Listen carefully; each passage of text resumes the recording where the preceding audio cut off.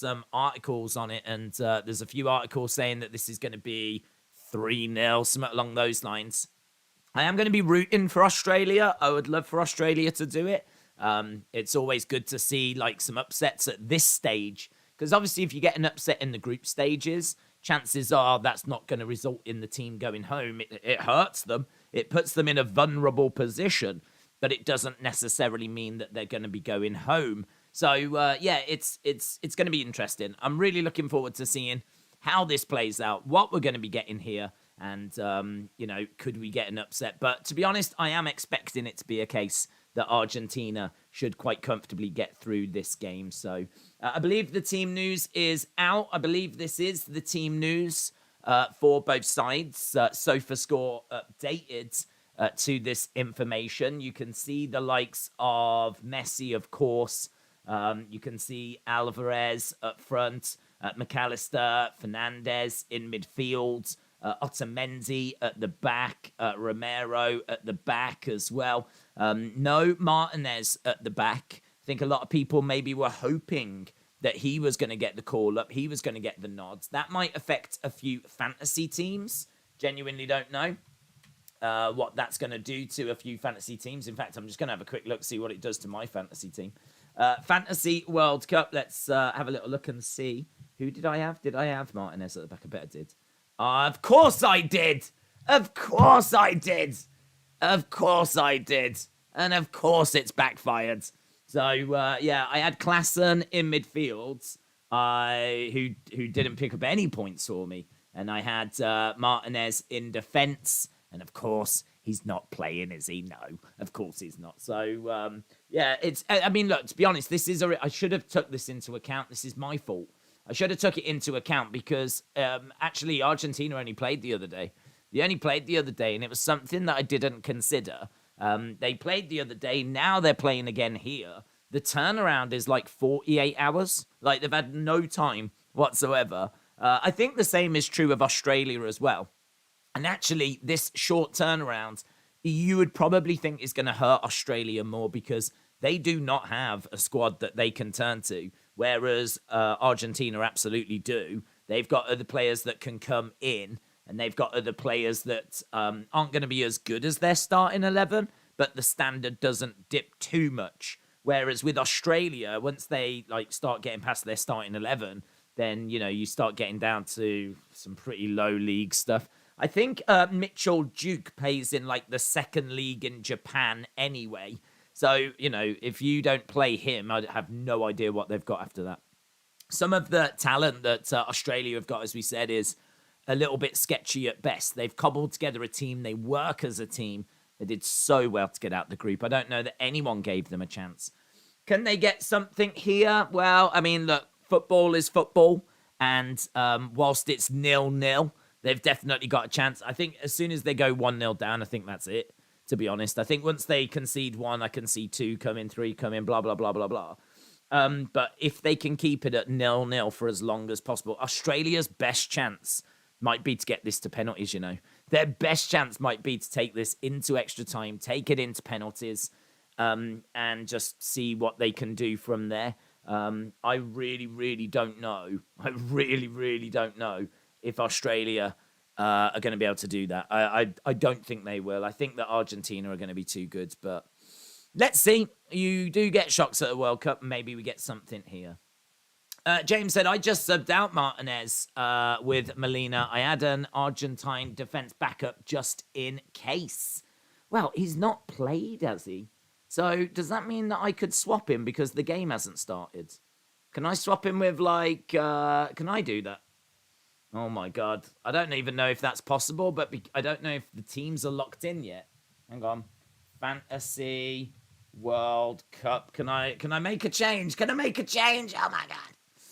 Let's have a look. Let's quickly get out Martinez, transfer him out. Let's go over to Argentina. Let's put in Molina. Let's add him. Shall I gamble it? Shall I gamble it? Shall I gamble it? I've gambled it. These players are unlocked. You transfer will be proceeded immediately. Ooh. You might have just helped me out there, James. You might have just helped me out. It says these players have not yet been locked in. Your transfer will be proceeded immediately. So I think that's gone through for this week. I think that might have gone through for this week, you know. Oh, I tell you what, eh? I tell you what. If that works, that's amazing. Yeah, if you are looking at your team thinking, why have I done that? You might be able to just make some last minute changes. James said, you can swap him. Oh, I've just done it. I've just put in Molina. Yeah, okay, that's awesome. So I appreciate that.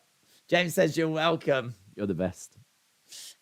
Charlie said, I think Argentina will win, but extra time or penalties will decide this, if I'm being honest.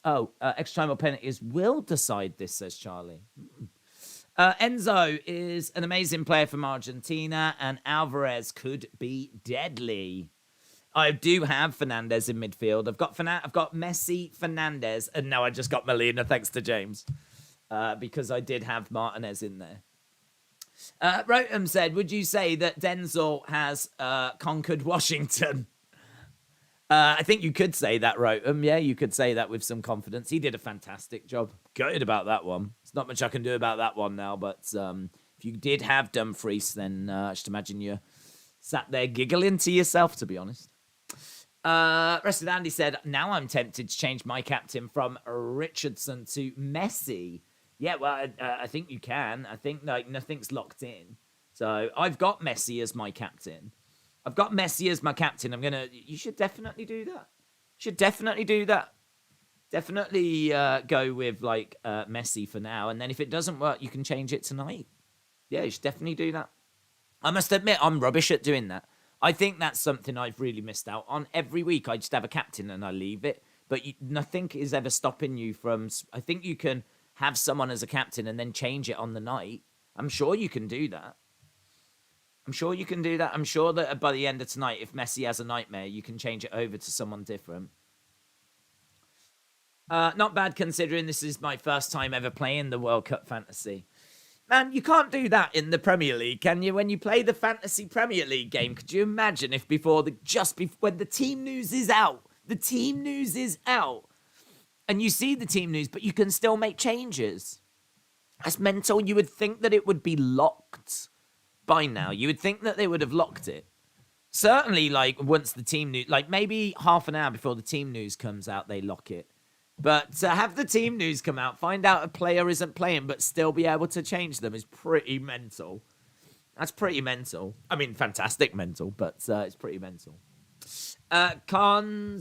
Customs one said, score prediction. I really don't know, mate. I mean, I would love for Australia to do it. I'm going to be right behind Australia in this, but I just don't see it. This is an Australian side that lost, was it 4-1 to France? Lost 4-1 to France. This is an Argentina side that was unbeaten since 2019. And, yep, everyone's going to point to that Saudi Arabia result. But I suppose the response is, well, yeah, but that's already happened. Do you know what I mean? Yes, there was a shock result. Yes, Saudi Arabia did win. So why is that going to happen again? So I think everything's pointing to Argentina. Everything's pointing to Argentina. Mbappe is my captain. You can change captain even when the player is locked, but you can only change it once. Says James, you can only change it once. Okay. Well, I'm going to go with Messi, and then if it doesn't work, I'll change it to Mbappe. I've watched it since your second toy hunt. I will stand by you as you are a wrestling figure collecting legend, says Charlie. Well, I love the word legend, Charlie. I love the word legend. I'm not sure that I can agree, but yeah, I mean the toy hunts back in the day were great. I think because we've so moved away from figures now, like the toy hunts now don't tend to do the same sort of views that they did back in the day. So sadly, it sort of feels like maybe that part of the channel is... Maybe if I like put a spotlight back onto it again and we get back to doing what we do, but it's so hard to do that and do the watch-alongs, you know? It's just really difficult. I feel like you have to choose like a direction. Like, oh, you could do figures, or you could do news videos, or you could do this, or you could do that. But there can only really be one main focus, and the main focus on this channel is the watch-alongs, of course. So, but yeah, I appreciate that, Charlie. Have you heard the Pele news? Said a CBS. Yep, awful news. Mosey said, "What do you think the upset? What do you think will be the upset of the World Cup?" Well, I'm just hoping we haven't had it. I'm just hoping that it's not already been and gone, to be honest. I'm just hoping that the upset of the World Cup wasn't the Saudi Arabia result against Argentina. That would be really disappointing if that was it. Obviously, we had Japan, beating Germany, Germany going out in the group stages, Belgium going out in the group stages, Denmark going out in the group stages. Like, there were some real shock results. And there were some big teams that went early. But hopefully we get something, and hopefully it's not Senegal. Hopefully we get something in these knockout rounds. I really fancied USA. And actually USA put up a really battling performance. They had plenty of the ball. They had plenty of chances. They scored one. Had they have found that second, could have been interesting. Could they have shot, for example, if they'd have found that second, could they have maybe not pushed forward quite as much and been as susceptible to the counters? I sort of feel like when those goals were scored, I was listening to the BBC, and the BBC afterwards were saying that had Pulisic have scored in the 3rd minute, the game could have been completely different. Because the problem the USA had was that they were looking for goals, of course, because, they were 1-0 down, and then they were 2-0 down, and the only way you're getting through is if you score. So you sort of have to look for the goals. You have to be pushing forwards. And obviously that's going to leave you with less people at the back. So had Pulisic have scored that goal after 3 minutes, then could the USA have just sat a little deeper, frustrated Netherlands, tried to close them down and just basically see out the game with a 1-0 win? Could they have tried to have done that? It was a golden opportunity right at the start of the game, and I really think it's going to be one that's going to haunt him for a little while. I really think that's going to be one that he's going to really never want to look back on. That's one that I think is going to give him a few sleepless nights. But it is what it is. I think they were expected to go out. They did sadly go out, and the World Cup doesn't provide a shock there. I don't see it happening here. I really don't see it happening here. But it'll be wild if it does. It'll be absolutely wild if it does. This would be monstrous. Having a shock result in the group stage is one thing, but having a shock result where a team gets sent home is something completely different. Don't forget, if Argentina lose this, they're done. They're out. There's no World Cup for them anymore. So, this would be one of the biggest upsets of all time. Loving that tea mug. It's nice, isn't it? With some flowers on. It's nice. Dainty. Just like me. Dainty. Dortnight said, the longer the tournament goes, the harder it'll be to get an upset as the quality of teams becomes a lot more equal. Australia won't make an effort. They got battered by France, says Dylan. We've got football to react to. I can't be a fan boy right now, says Charlie. Australia don't have the players to beat Argentina, and the defense will be afraid of Messi. I don't know what question to ask. I feel like we should ask a question, but asking who do you think goes through, I don't know. That's not really the right question. I feel like it's Argentina. I feel like it's going to be 90-odd% Argentina. So that doesn't feel like the right question. But then it feels a bit disrespectful to say how many do you think Argentina are going to win by. That feels a bit disrespectful. So not sure what the question should be, really. If you think of a good one, I'll put it up in the chat. Australia don't have the players to beat Argentina, says Dylan. Right, we are 15 minutes in. We've got 45 minutes to go. We could be seeing Australia going out later in the next few hours. It is true that everyone from, is it CONCACAF, All of those teams are out now. USA are out. Mexico are out. Costa Rica are out. Canada are out. That obviously is disappointing, what with only one game played in the round of 16. But to be honest, it's not really USA that should be disappointed there. Canada, obviously, having a pretty poor World Cup. Mexico just falling short. Costa Rica were battling away, in all fairness. They lost 7-0 to Spain, but they were still in the hunt, unbelievably, towards the end. So I don't know if they'll be disappointed. I think they will, to not get out of the group, of course. But they had a good little shot at it. But all of those sides are out now. So we turn our attention to South America and to, I don't know, is it AFC? Is that what Australia are a part of? They're not classed as Oceania, which is a bit strange. I thought they were, to be honest. Let's have a look. World Cup 2022 qualifying. Now, let's have a look and see who got through. So, World Cup qualifying, AFC and OFC is really weird. So, AFC is, Australia, South Korea, Japan, Saudi Arabia, and Iran. So, that's who managed to get through. Iran, Saudi Arabia, Japan, South Korea, and Australia. So how many of those teams got through? Am I right in saying 3 of those teams got through? That's pretty good, isn't it? So AFC have had quite a good, decent World Cup, actually. It's only Saudi Arabia who got a shock result against Argentina, and Iran who really pushed USA hard. It's only those sides that have gone out. We've still got Australia. We've still got Japan. We've still got South Korea. So AFC having quite a good little tournament. CAF, the African Federation, they have got Senegal that have gone through. Cameroon have gone home. Ghana have gone home. Morocco got through.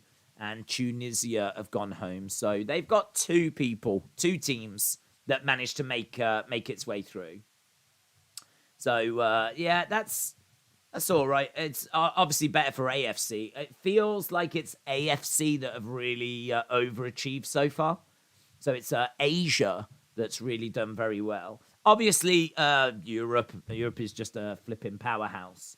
But we've lost some teams out of Europe. We've still got Poland, England, Croatia. So we've got 3. Netherlands, that's 4. Denmark went home. Belgium went home. Wales went home. France are through, that's 5. Switzerland are through, that's 6. Spain are through, that's 7. Portugal are through, that's 8.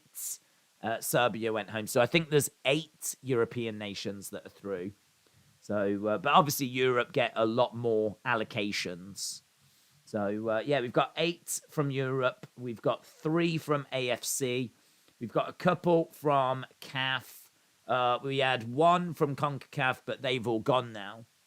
CONMEBOL, which is South America, they have got, I want to say 2, because I think Uruguay's gone home, haven't they? So it's just Brazil and Argentina left there. They did have Ecuador, Uruguay, Argentina, and Brazil, but and now it's just down to Argentina and Brazil. So, nothing from there. And nothing coming from OFC. Nothing coming from OFC. It was New Zealand that was their representative, but they didn't make it through. And then, of course, got UEFA. And I think that's everyone. Days, have you noticed if you take the first 3 letters from each team and out together, you get Argos? How festive. Argos? I don't even know what that is. What's Argos? Who didn't use their catalogue at the... Oh, got it. Argos. Yeah, we had... That's amazing, actually. When I was young, we had a shop. We've spoke about Argos before, and people in America don't have it. Don't think they've got anything like it. It's still going now. You can still go to this place. What you've got is a catalogue, which is about that thick, just full of products, right? This is like what the internet was before the internet. You've got a catalogue that thick, and you can go and get one. They're free. I don't know how much it costs them to make those catalogues. Not a clue. The amount of money they must spend making those books, I have not got a clue. But basically, they make these big like catalogues full of toys, electronics, jewelry, clothes, car stuff for your car, stuff for your house, stuff for the garden, bikes, computer games. I mean, you name it, it's in there. Yeah, pots, pans, kitchenware, bathroom stuff, bedroom stuff, blah blah blah blah blah. Big book like that. And what you do is you go through, and each item has got a code. And what you do is you go to the shop, and you basically tell them the code of what you want. You pay for it, and then in the back, they've got all the stuff. And so, like, first of all, when you tell them the code, they'll go, and they look on the screen, they go, yeah, we got 5 of those. Would you like to purchase one? Sometimes, like, if it's a big weird item, they'll go, we don't have that in stock right now, but I can get it sent here for tomorrow, if that's any good. So sometimes they do that. But most of the time, most places have got the essentials, the best sellers, the stuff that people are most looking for, you know. Any kind of little quirky stuff, though, it might have to get ordered in. But yeah, they do that. They have a little look, and then you just wait. So the front of the shop is just really like catalogs that you can go and like browse through and write down the code and take it to the person in a till. It's got like a few products on display to maybe give you a bit of inspiration. There's like a jewelry counter, but really it's just not really anything. And then like the waiting area, and then like it's like a big warehouse at the back. There's loads of them in this country. Argos, yeah. As a kid, that was amazing to sit down with the Argos catalogue, go through, and like page by page, and put your Christmas list together. That was the best. And we had another one that was exactly the same, but it was just a different company, and they were called Index, and used to do it with them as well. So I used to have an Argos catalogue, an Index catalogue, scrap of paper, pen. That would be a weekend for me when I was a kid. That'd be a weekend. Just go, no, do I need that? Do I need that car? Do I need that car blanket at the age of 12? Probably not. And then, like, you just go down. It was awesome. It was awesome. This is the biggest match in Australia history. RM, shout out to you. This is Messi's 1,000th game. Hope he loses. Probably won't. Argentina are going to go all the way, says Bonkers. B10 said, I've got a notification for the Fury fight. I cannot wait. Gonna be good. I've ordered it.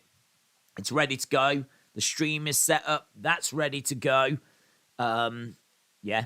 I mean, the only thing I would say is that I don't know how busy it's going to be, because obviously we're going to get to it quite late, because actually the coverage for that fight has started now. It's quite a long undercard, but Fury is not expected to ring walk until 10 o'clock at night UK time. So we will get to that after this, which will be about 9. That means that we can get to it, and then we've got an hour, and then boom, we can hopefully catch. I'd really like to catch Daniel Dubois, actually. He's got quite the challenge on his hand tonight, Dubois. He is only lost 1, but his opponent has only lost 1 as well. And it is for Dubois' championship. So that's an interesting fight. And then the main event, I mean, Derek Chisora's a tough competitor. Do you know what I mean? He's hard. He's always going to be in the fight. He does tire after like round 3 or 4. So, like, I feel like his best chance is going to be in the early stages. And actually, he was saying at the press conference, he was saying that there's been a bet made that they're going to try and put on the best first round ever seen. And Tyson Fury seemed to stand back from that a little bit afterwards, because to be perfectly honest, it's probably not in Tyson Fury's best interest to stand and bang with Derek Chisora, because you are really stepping into the fire then. You are drastically increasing Derek Chisora's chances of winning. Derek Chisora wants to, he's someone that's going to be better in the first few rounds. He's someone that can be a problem. And really, his best chance is going to be in round 1. So if he has made a bet with Tyson Fury to come out and stand and exchange with him in that first round and, like, just stand and throw, that's going to be wild, man. If he does do that, that's going to be wild. And it's going to be really nervy as well for Fury because, like, Chisora has definitely got the ability to cause problems. But Fury, thankfully, seemed to step back from that, seemed to walk back from that, and I don't think he's going to do it. I don't think he's going to do it. I'm under the I think Derek Chisora thinks he is, but I'm not sure that he is. But yeah, that's later. Looking forward to it. B10 said it's a good card. Aubrey Edwards, dancing on wrestling's grave, said the Aussies should defend their goal with a pack of huntsman spiders. I would not go near those. Listen, I reckon any animal from Australia could be defending that goal. I mean, even just a house cat from Australia, I should imagine, is terrifying. I can only imagine that they're about 20 times the size of other house cats because every animal seems to be scary in Australia. So, yeah, anything they've brought over, they should use. I'll send, if I can, Google how much it costs to make an Argos catalogue. I used mine this year, and there is quite a bit on there that's circled in Sharpie. Nice. Argos catalogues are the best. Apparently, Argos are getting rid of the catalogue. I can believe that, in all fairness. I can believe that because it's got to cost them loads to make them. It's got to cost them loads of money to make. And, like, what with the whole world, like, basically going online now. Do you know what I mean? Like, people can get online on their phones and you can order stuff on your phones and then just go in and, like, collect it. So you can order and buy and then just go to the shop and collect. Like, yeah, that you don't really need the catalogue so much anymore. There's probably old people that use it or whatever, but yeah, I wouldn't be surprised if they were in the process of getting rid of it. That's probably a big cost that they could save if you think about it. What do you think about the rumors that Randy is going to retire from WWE, says Raymond?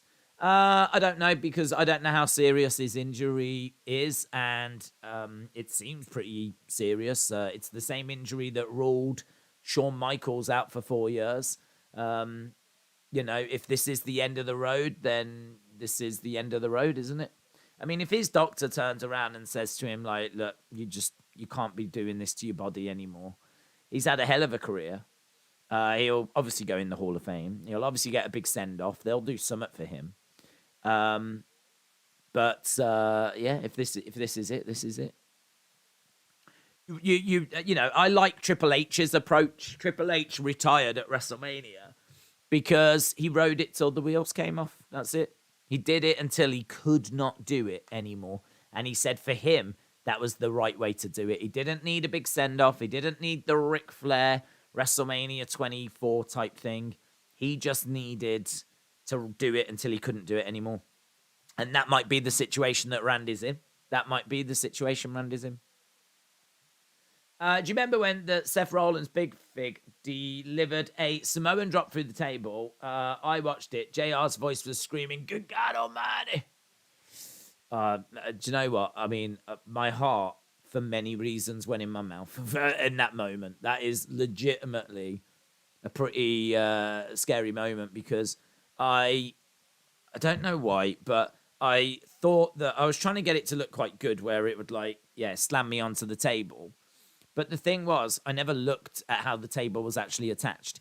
And it was just a single, like, square of metal. And then you'd got this big wooden, like, tabletop attached to it. So the square had obviously 4 screws in the middle holding this big thing. So as I got slammed down onto the edge, of course the weight of me coming down on the edge meant that the table went like that. And it completely separated from the leg. The problem was, though, in that split second, not only am I completely not in control, but also, like, I'm actually quite up in a corner. I don't know if you can see, but there's, like, a bit of a wall here. There's the window over here. There's really no room. So I've gone onto the table. The table's broke, I'm now falling, and like I've got really nowhere to fall. Like I've got to try and like cover up. But not only that, the table's coming as well. So the other part, like the table's flipped up.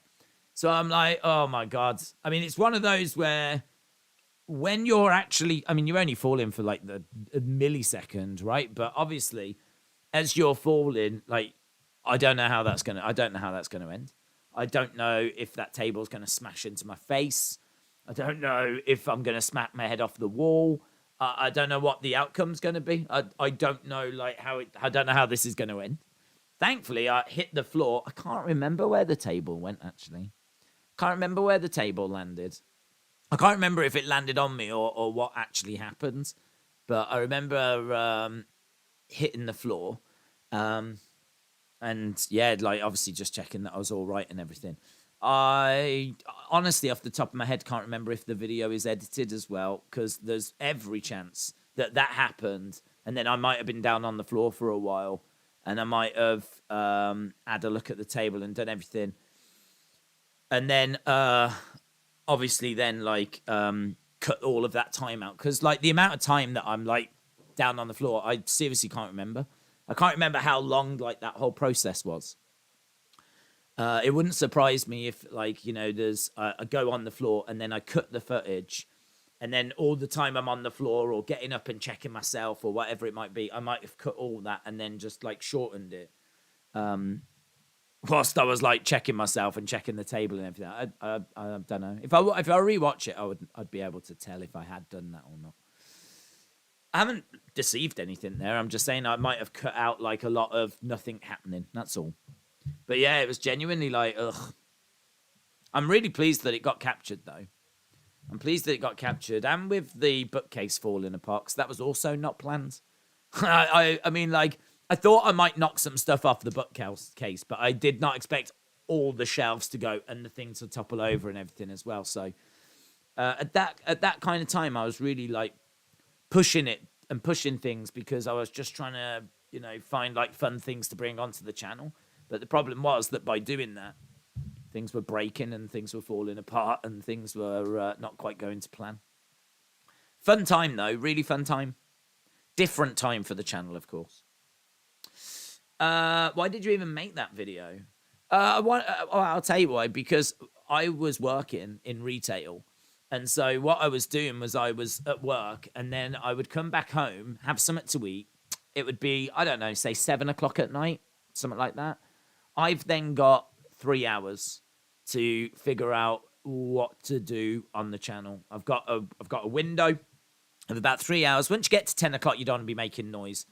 And also, like, you know, I need to go to bed, basically. I mean, I'm sometimes I was up at 6.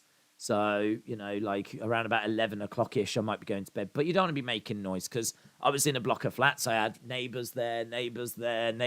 So you have to be respectful of that. So I had a very small window every day where I needed to think of, like, what can I put onto the channel today? And so sometimes we were doing videos where we would talk about, like, I don't know, predictions. Sometimes we would take a subject and talk about that. Sometimes we was going to do some fun with figures. And so just, yeah, I mean, that day it was a case of, I think, doing a review of the, I think it's a I can't remember. I don't even remember what the video is, actually. I think it's a review of it. I think we look at it. I think I bought it on a toy hunt, and then I think we review it. And because of how big it was, I thought, oh, it'll look really good, maybe for the thumbnail or something. If it's like, you know, gorilla press slamming me. And I, you know, obviously it's not going to be able to hold my weight, so I'll find a way of balancing or whatever. And then, of course, you know, I did it so it's like, oh, like it just like chucked me down, and then boom, the table went. So it's crazy. It's a possibility now that Ric Flair is the last member of Evolution to have a match, says Wrestle with Andy.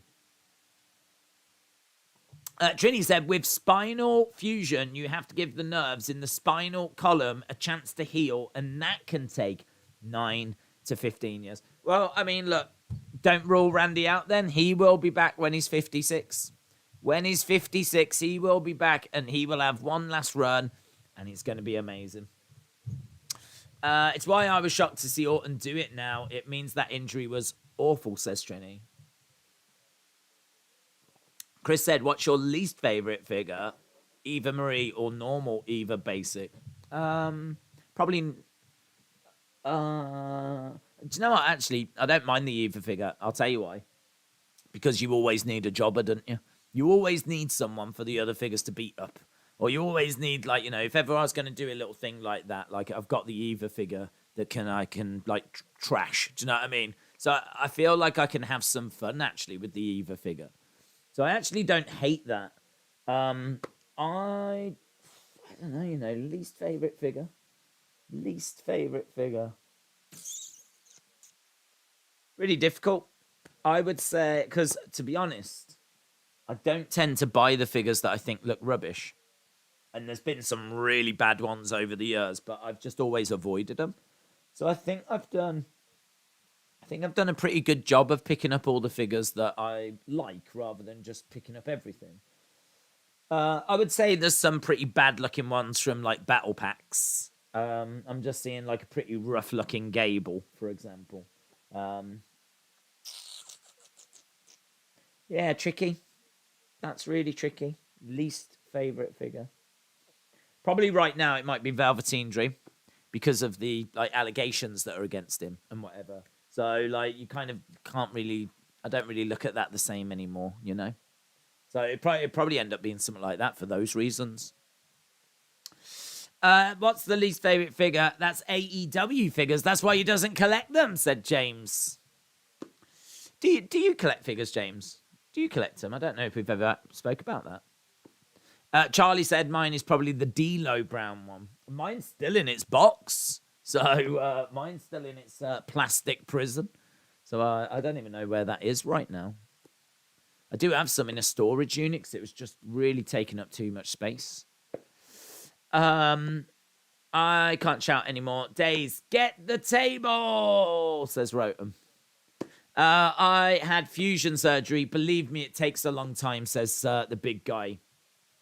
Days, what haircut do you ask at the barbers? I don't really ever go, to be honest. Like with my hair, this is why I always wear the hat, because I don't do anything with it. I just let it grow. And then when it gets way too long, like I'm having to like try and tuck it back under the hat. Like when it gets to that level, I tend to just get the clippers on it. So I probably have been to the barbers maybe twice in the past 4 years. And if ever I did go, I would just say, I'd just be like back and sides. Just, you know, I mean, keep it simple. There's not really like anything I go for. I tell you what haircut I did used to have that I used to really like. And I don't even know if it looked any good or not. I used to have my hair really long and I would comb it back, slick it back. So it would actually go back and then the sides were shaved. There are pictures of me out there with that hairstyle, where this is kind of combed back and then the sides are shaved, and it was a little bit. I'll tell you where it came from. The film Fury. I don't know if you've ever seen the film Fury, but when that came out, like Brad Pitt in that film looked amazing. He looked amazing. Now, obviously, I'm not Brad Pitt, but I could still appreciate his hair. And so I went for something that was a little. I went for something that was a little bit like that. He rocked it a lot better than me, though, because he is Brad Pitt. And also, I think he had a bit of, like, blonde highlights. I never went that far. I never went blonde highlights.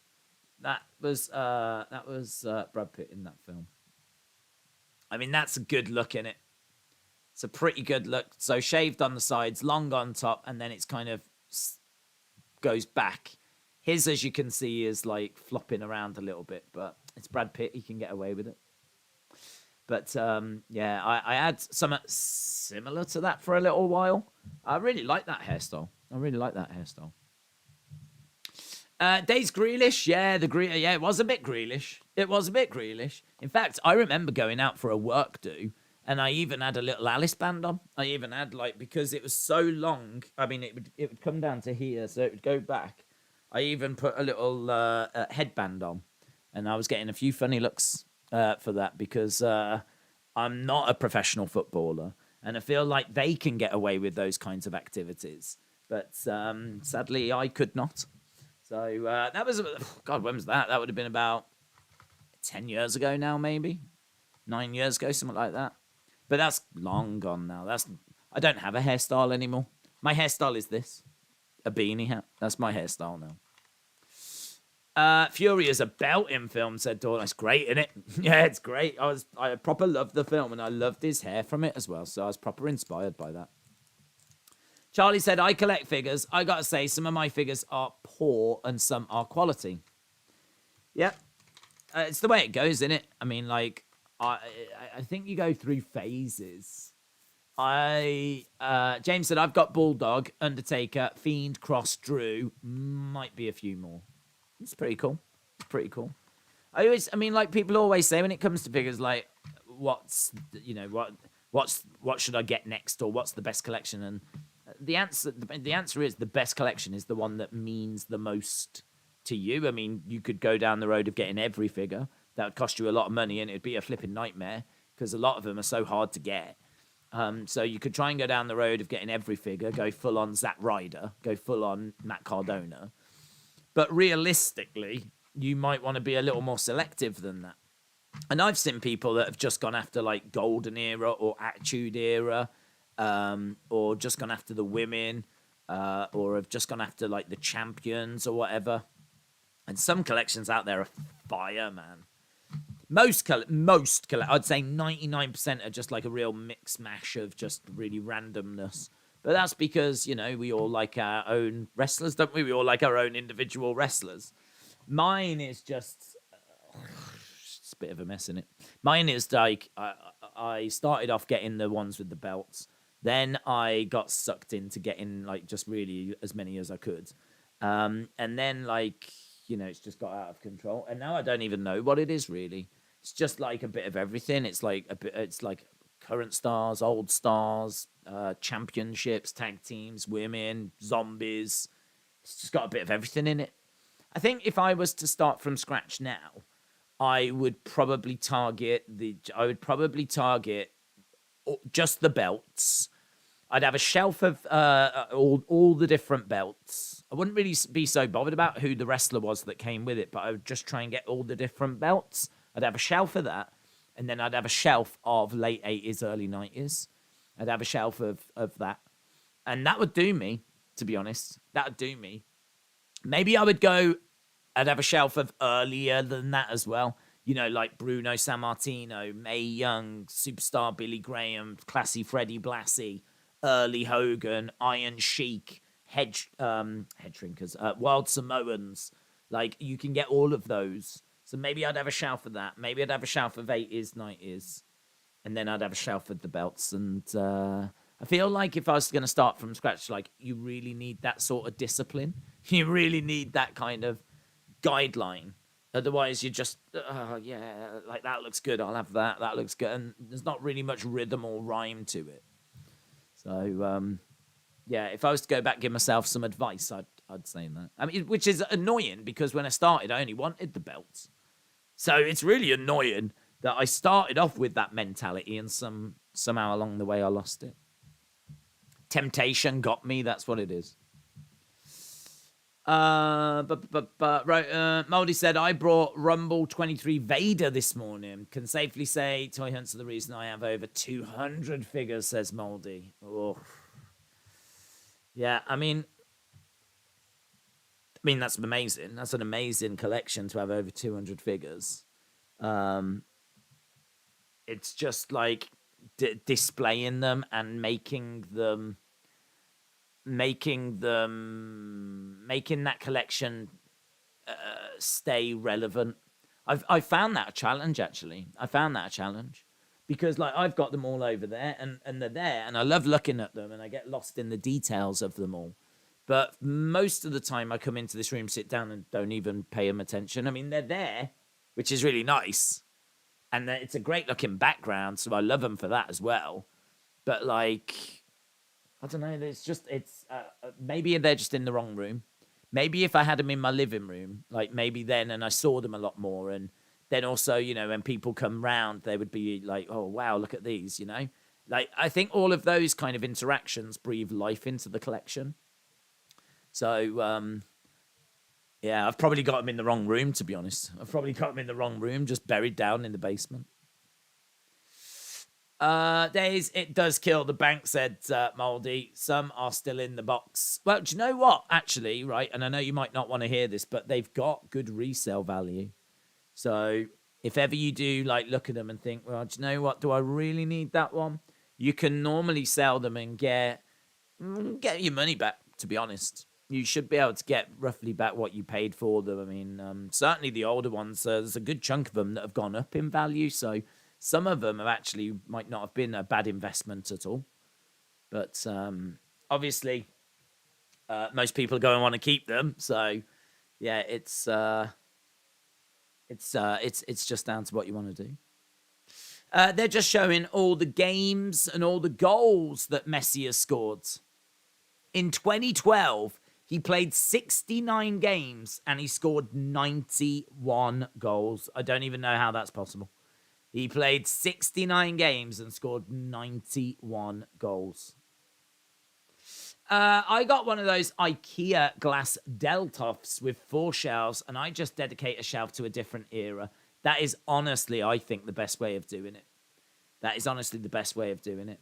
And those Deltoff IKEA cabinets are just regarded as the way to do it, aren't they? 'Cause they're all glass, so you can see it from every angle. They're quite big gaps in between. They're square, I believe, with quite big gaps in between. So you do have to use some kind of stand system, don't you, to like display them? But I mean, that's all part of the fun, isn't it? I don't really know how you do it. I've never had that shelving myself. I actually use boxes. I've got something. No, it's not similar because mine's made out of wood, but I've got gaps like that. And what I do is I use the box of the figure, and then I have the figures in a row. Then I use the box, and then I put another box behind and another box on top, so it gives me the tiered levels. I would imagine it's probably something like that you use in the in that stand as well. But yeah, that is what I wish I'd have done. I wish I'd have got one of those. Just said to myself, right, you can. I will allow myself to fill that. You're allowed to fill that. I might do that, actually. What I might do is I could get one of those, fill it with figures I've got, and then anything else maybe I look to part with, because I don't feel like I need... I've never felt like I've needed like a massive collection.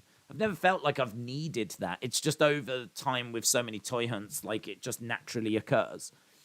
So maybe I'll look to like downsize a little bit now and just keep the essential ones, the ones that really matter. Maybe I'll look to do that. I think it's best to keep them in packaging, said Dortnight. The joy of collecting and buying, but you also have stuff that you can sell on when you move on from that passion. I bought Elia with the UK title, but his figure is Ginger. WTF, Mattel, says Moldy. That's cool, though. The Elia figure, I mean, the computer render looked good, but I haven't really seen what the actual figure looks like, but... Yeah, there's some good ones in the shops at the moment, because they had the greatest hits in Smiths as well. I know, because I filmed a toy hunt 2 weeks ago and I haven't got around to editing it, which is really annoying. Trini said, I used to put figures in my hubby's medal cabinet because I won't ever get medals. I'm sure you'll get Best Wife, Trini. And if you don't ever get a Best Wife medal, that's a big question that Misty Trini is going to have to answer one day, isn't it? In all fairness, that's a big question that's going to require a big answer. I wanted something besides my educational documents to display in it. Nice. I got Funhouse Spray, Pete Dunne, and Duster Rhodes, baby. Duster Rhodes. Goods. Pete Dunne, lovely. Lovely, lovely. His first one was quite rare. And then they brought out a second one, and I think that sold really well. So, yeah, good to have a Pete Dunne. You mean Butch, James? Do you mean Butch? You got Butch in your collection. And Duster Rhodes, baby. Days, isn't your favorite figure? Figure 4, says Rotem. Nice. Nice. Hang on. You can have an applause for that. My only medal is Rectum of the Year.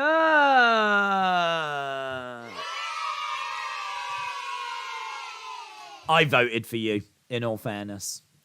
Trying to pick a winner and going through that catalogue of images was very tricky. But as soon as I saw Mouldy Spoons, I knew where my vote was going. So much deserved Rectum of the Year. James said I got a few basics and elites mixed in. Do you remember the Doink the Clown figure? I remember the hair texture. I remember Doink the Clown. They've done a couple of those. There was one in like Elite Series 30, which is a really nice one actually, because that had a few different hair pieces. I think you could even like take it off and swap them over. And then they did one in like I want to say a flashback series, which is the one that I've got. And that is him in like an alternative attire. And it's not an attire that he wore as much. I still love the figure, but I think the one in the Elite Series was better. But then they just gone and released an Ultimate Edition. If you backed the new generation arena on like Mattel Creations, if you actually supported that, I think it was like $250. But you got like a ring, you got Diesel, you got Macho Man, you got a light up entranceway. I think you got a commentary table, you got some ring skirts, but I think they chucked in Doink Ultimate Edition as well. So yeah, there's been some fantastic figures. There's some fantastic figures on the way as well. Top World Cup walkers, most distance covered at walking pace against Mexico. He walked around the pitch for like 5,000 meters or something, Messi.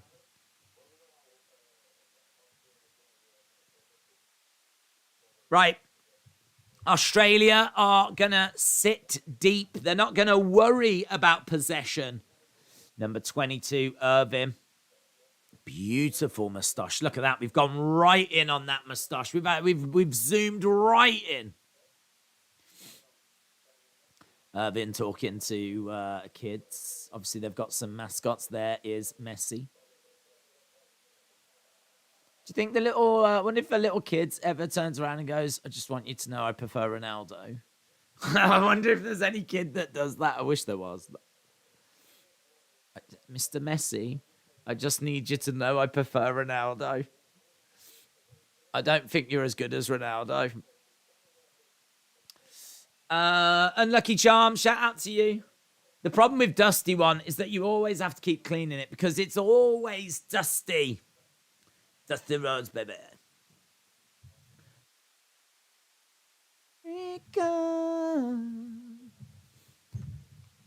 Fun. Legend. Right. Here we go. Teams are making their way out.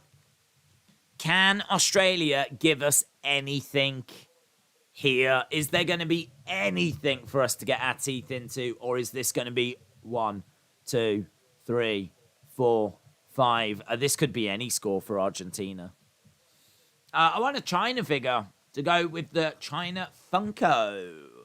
I don't think I've seen the China Funko. I don't think I've seen that.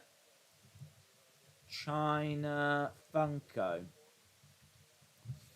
That's nice. That's pretty cool. Yeah, I've not seen that. Yeah, there's a nice China figure actually in a double pack with Triple H, but I think it's only like on Ringside. And Ringside's a nightmare to order from in the UK.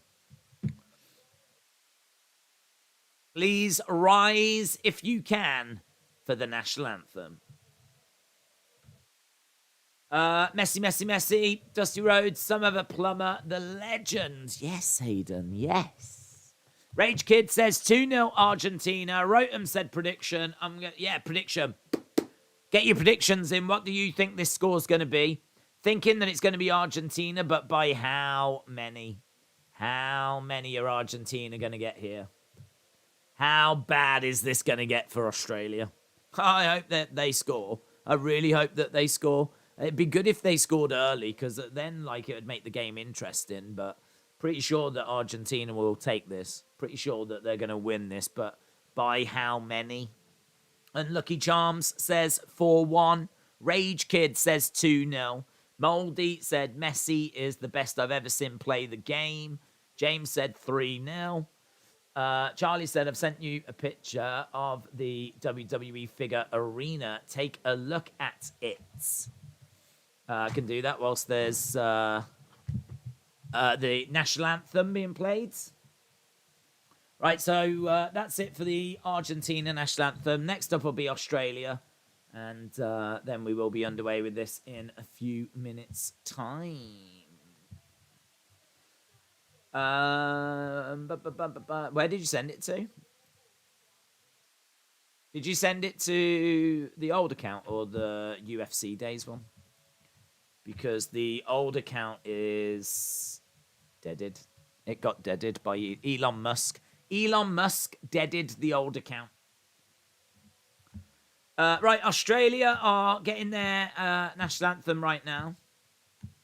Haven't actually checked to see if all my accounts are still suspended. Of course they are. Of course they are. Of course they are, because I'm a threat. I'm a threat to free speech. 1-1. Australia on penalties, said Andres Hunter. Trini said 3-1. Dark Angel says 7-2. Christopher says 15-0. 1066 Blues said 3-0. Hayden said 4-0 Argentina. Moldy said, Umaga! Unfortunately left WWE and passed away in 2009. How long do you think he would have wrestled if WWE had that not happened? He was my favourite. I honestly don't know, like, if he had any injuries or if there was any. I don't know why he went. I don't know what the situation was. So I think, like, there's every chance he would have had a few more years in him. I can't see why not. I'm not aware of there being any issues at the end. So I don't know. I'll have to have a quick little look. Why did he go? I actually don't know why he went. Umaga.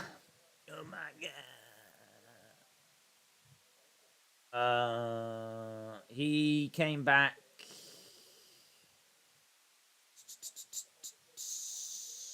So, he was released on June the 8th. He was released on June the 8th. And when did he pass away? He passed away in December. So, do you know, it's really interesting you should ask that, because I genuinely don't know what happened at the end. So, it says the Umaga defeated Punk. On June the 8th, it was announced he was released. It was later revealed his termination was due to a violation of the wellness policy. Even though this was only his second failure, he refused to enter rehabilitation. So that is why. He was found with unresponsive, blood coming from his nose. Rushed to hospital. He suffered a heart attack. Fatu had like drugs in his system. Found Fatu he had heart and liver disease. I mean, to be honest, he seems like he was in a bad way towards the end then. He seems like he was in a bad way towards the end. He was on Hulk Hogan's Hulkamania tour of Australia. Do you remember that? Hogan against Ric Flair on that tour. Umaga was on that tour in 2009. Wow. On November 24th, he beat Brutus the Barber Beefcake. On November 26th, he and Orlando Jordan beat Beefcake and Mr. Anderson. And on November 28th, he lost to Anderson in his final match. That was on November 28th. And then on December 4th, he was found dead. Unbelievable. Right. Here we go then. Here we go. Shame. I would have expected something Pele, to be honest. I know that he is nothing to do with Argentina, but that's big news, isn't it? You'd imagine there would have been something there for Pele. I wonder if if Pele passes away, do you think they'll wear black armbands? Don't know. I don't know if you can highlight one footballer like that, but oh my God, it's Pele. But both teams are ready to get going then. Netherlands will play the winners. And we are underway. First half, up and running. Argentina nil. Australia are doing well. They haven't conceded yet. We are 10 seconds into this game. Let's go, said Legend Killer. I remember him in 3-minute warning with Roman's brother, Rosie, says Steve. Standback said, on the subject of figures, I've got the defining moments, Sean. I saw that goes for a bit. Also, I've got a defining moment, Sting and Shinsuke. Is that that's the Sean in his WrestleMania 25 attire? The one where he comes down from the heavens? Like, yes, that does go for quite a bit. That's a very rare figure now. If any footballer deserves something like that, it would 100% be Pele, said James. Yeah, I'm surprised there wasn't anything. You sort of get the feeling that he's probably not going to make it, is he, until the end of the tournament, to be honest. I mean, if he's at, like, end-of-life care and they're only giving him stuff for pain, I mean, I can't imagine it's going to be long if that's the case. Ball bounces and it goes out. I sent you a picture of the WWE to your podcast email account. Okay. That'll take me a while to get into, because to be honest, I don't know the password for that. I will get to it, though. I think it's on my other browser. It might be in my password history there. Romero playing the ball back. So Argentina are on the ball. Let's get the stats up on screen. Sean in 25 attire was in this year's WrestleMania collection. Oh, maybe that will knock that price down of that other one then. Where's the stats? Where is the stats? Boom. Okay, Argentina on the ball, playing the ball forwards.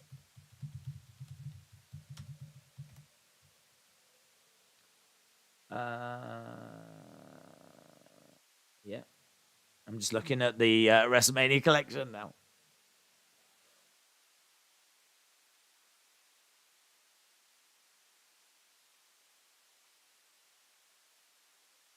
Interesting. I feel like I've been out of the figure world for quite a while now, so I'm not 100% up to speed with the latest developments. So a little bit quiet here. Little bit quiet at the moment as we're seeing Argentina just passing it around. This will be fine for Australia. They're not going to be too worried about this at all. Ball coming over to the right-hand sides. Gets played back to the Argentine defense. Yeah, they are just sitting back, soaking it up. Ball coming over to the left-hand side, looking to play it in the middle. Cleared. Long ball. Being chased after. Headed back. Bouncing around. Goes all the way back to the keeper.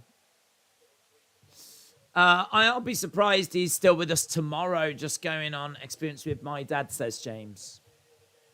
Pele will get stadiums, trophies, everything named after him, said Dort Knight. We could get past the 50 pass goal today, says Dort Knight. Tharuka, hello, hope you're well. Do you think England will beat Senegal tomorrow? God, I hope so. Ball being played over to the right-hand side, too much on it, and it goes out of play. I hope so, mate. Do I think they'll do it? Yes. Yes, I do. Am I nervous about it? Sure. One team goes through, one team goes home. Just showing the FIFA president. I feel like I've seen loads of him. I feel like I've seen him every game he's been at. I mean, I suppose it makes sense that the FIFA president goes to all the games, but like... my guess is 2-1 England, said around the outsides. Tharuka said it nowadays does the streams. Got UFC next. Boxing next. Don't forget the boxing. FIFA president making the most of the bribe money at every game. Might as well, mightn't you? If you're getting that sweet, sweet bribe money, might as well make the most of it.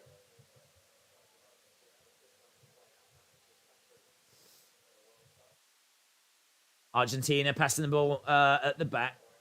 At the moment, it's just the game we were expecting, to be honest. 80-odd% possession for Argentina.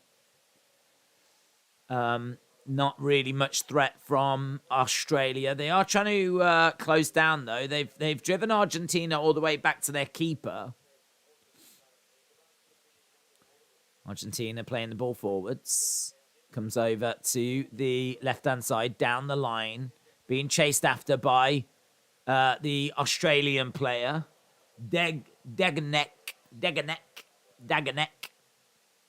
He knocks it out. Is Argentina playing it in the middle. Passing it across, comes to DePaul. I think this is going to be 2-2. Argentina on penalties, says Charlie. OG Goon said, I want to see a penalty shootout. It'll be fun. Yeah, I want to see a penalty shoot. I don't want to see an England penalty shootout, but I'll be quite happy if this goes to penalties. Oh, will I? No, I won't, actually. I've changed my mind. Because we've got to get to the Tyson Fury boxing thing, so I need this to definitely not go to penalties. Otherwise, we're going to get to the Fury fight proper late. Yeah, 90 minutes. Let's get this done in 90 minutes. He barges into Messi there, Bacchus. All is with Argentina around the halfway line. Good shape by Australia. Back four in midfield. 2 up front. Looks like they're lining up in the 4-4-2. 4-4-2. Molina, no way forwards. Ernest on purpose said bribe money. Lucky, no one ever gives me bribe money. Oh no. Jealous of FIFA. And the brown paper bags of money that they receive. Ball being played forward into Duke there from the keeper, but he loses that battle and it falls to Argentina. This, I mean, look, 8 minutes gone and Australia are going to be over the moon at this. 8 minutes, no shots. Lovely. They'll be pleased as punch with that. Trying to go down the wing, but Australia mopping it up, goes back to the keeper. He launches it forwards. Middle of the park, ball up in the air, bouncing around, comes back to the Argentine defense, goes over to the left-hand side. Twisting, turning, down the line. Australia have set up really well here, and Argentina feel a little bit slow and lethargic. They played only the other day, in all fairness. So it wouldn't be too much of a surprise for them to be a bit slow and lethargic. Ball coming over to the left, down the line. Ball being passed around. Nice forward ball. Trying to turn, trying to find a way of shaking off these Australian players. That ball's loose, though, in Australia, trying to mop it up. Looks like they've conceded a free kick. Argentina taking it a little bit too quickly. Argentina are staying quite patient right now. As the ball comes over to that left-hand side. On the inside, playing it edge of the area. Too heavy, that touch. Too heavy. Here come Australia. Argentina, though, mopping it back up. And again, we're well in Australia's half. Ball being played forward, being chased after. Looks like it's going to go straight out, and it does go straight out. Frustration there. Alvarez frustrated that he couldn't get onto the end of that. Needed a much better first touch. Only game I see going to penalties is Japan-Croatia, says James. Everyone that plays Brazil and France should have pens as the goal because it's the only way to beat them. Come on, Aussies, says Rotem. Irish Rebel, shout out to you. Yeah, there's Alvarez. Just completely fluffed that for a moment. Days for FIFA president. I'd do such a good job. I can take bribes like with the best of them. Honestly. No one can take a bribe as well as me. Ball being played forward down the right-hand side by long ball, but that goes straight out. He tries to control it there, Lecky. Tries to bring it down, but ends up hitting the top of his boot and going out.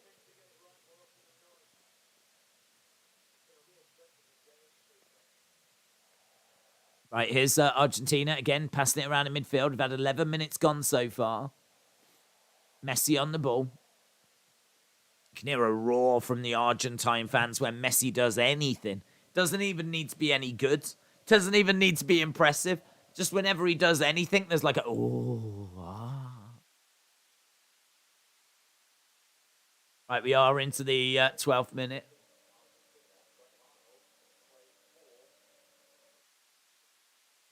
How is Messi doing? Not really got into the game, to be honest. 73% possession for Argentina. With the rest of it contested. Molina doing well. Yeah, great work by Molina. I'm really pleased to got him in my fantasy team. Back to Molina into the centre. DePaul moving forward. Seeing Argentina coming forward with a bit of energy now. Cleared by Australia. That goes straight out. Oh, man, I'd love it. It'd be a disaster for my fantasy team, but I would love it if Australia beat them. Ball coming over to the left-hand side. Ball over on the left-hand side, and we're seeing Gomez. Gomez is on the other side of the pitch here, according to where he is, according to SofaScore. They've got him over on the right. He's over on the left. Ball getting all the way back to the keeper. Still no shots on target, you know. Still no shots on target. Ball coming over to the right-hand side, down the line. Lovely forward ball. Oh, that was in towards Alvarez again. He just couldn't really do much with that. He was trying to control it. Think he might have been a whisper offside. But, yeah, either way, he should have done a little bit better with controlling it. Ball coming over to the right then, and Australia are building. As soon as the game finishes, I've got to play a Fortnite live event with kids. Then it's fight night, says Steve.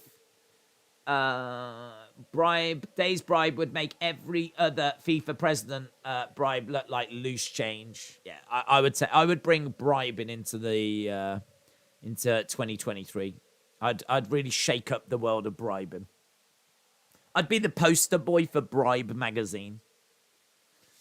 Ledge Killer says, come on, Australia. Tharuka said, the crowd is crazy for Messi.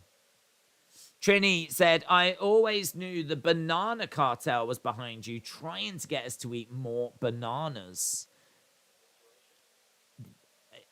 It's a good move by them, in all honesty. It's a good move because there's been real subliminal messages coming from this channel for a number of years now, which I didn't think anyone was picking up on, but yeah, I am the banana cartel.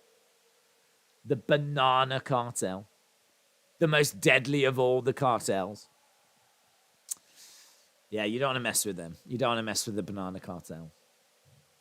Australia stand any chance, says Daniel. Not really. Dawn Knight said, if I'm England, I don't fear this Argentina team. Well, we don't need to worry about them until the final. And honestly, if we get to the final, I think we'll just be giddy at that. It won't really matter who we face.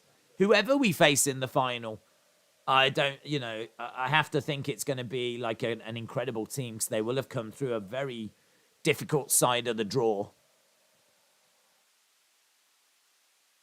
This fan's bouncing away.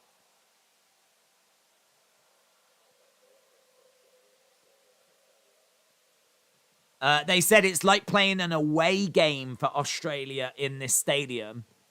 Crowd are really vocal. Messi driving forward, playing it over to the right-hand side. Will be a knockback, goes over to the left. Messi in the centre. He's got five players around him, Messi has. Just constantly watching Messi, looking at his movement. Ball into the middle. Messi was an option, but there was players on him. They're having to go wide. Again, Messi just in the middle. They're just going from side to side, Argentina, at the moment. I am literally just watching Messi just jog back and forth, waiting for that ball to come into him.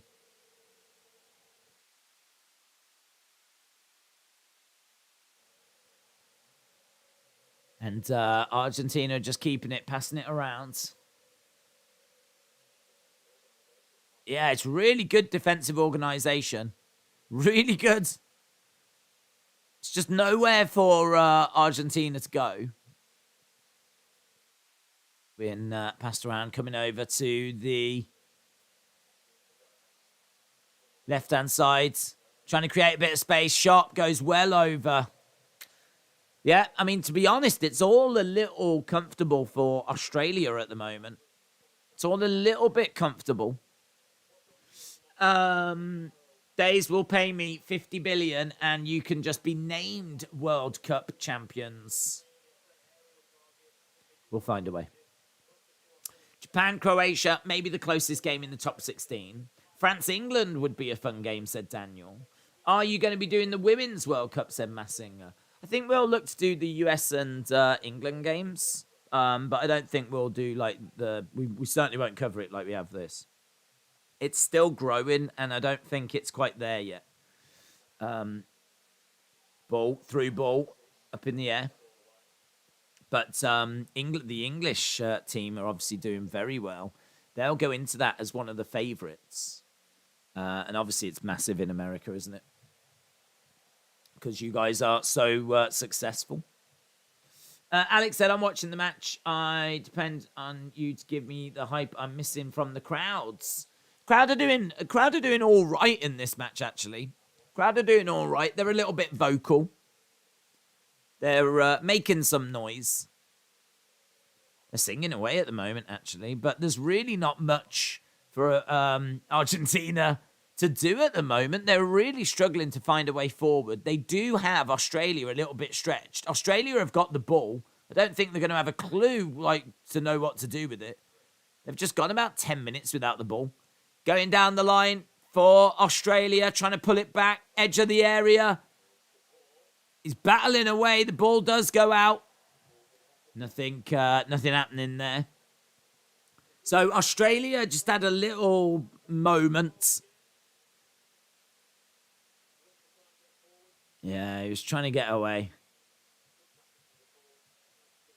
DePaul doing a decent job there. So Argentina bringing the ball out from the back. Ball going over to that left-hand side. Back up in the air. Comes down. Collides into that Australian player. I think the referee's playing on because the ball is with Australia. Gets caught underneath his feet. And now Argentina are going to look to counter. Ball bouncing along the ground. Coming over to the right-hand side. Turned by Messi. Messi on the ball. Plays it into the middle. Messi gives and goes. Picks it up again and now plays it forward. Brings it back. Messi on the ball again. Over to the left-hand side. They're getting closer. They're sneaking their way to the Australian third, but Australia are there to mop it up. Australia, ball coming to the left-hand side, down the line.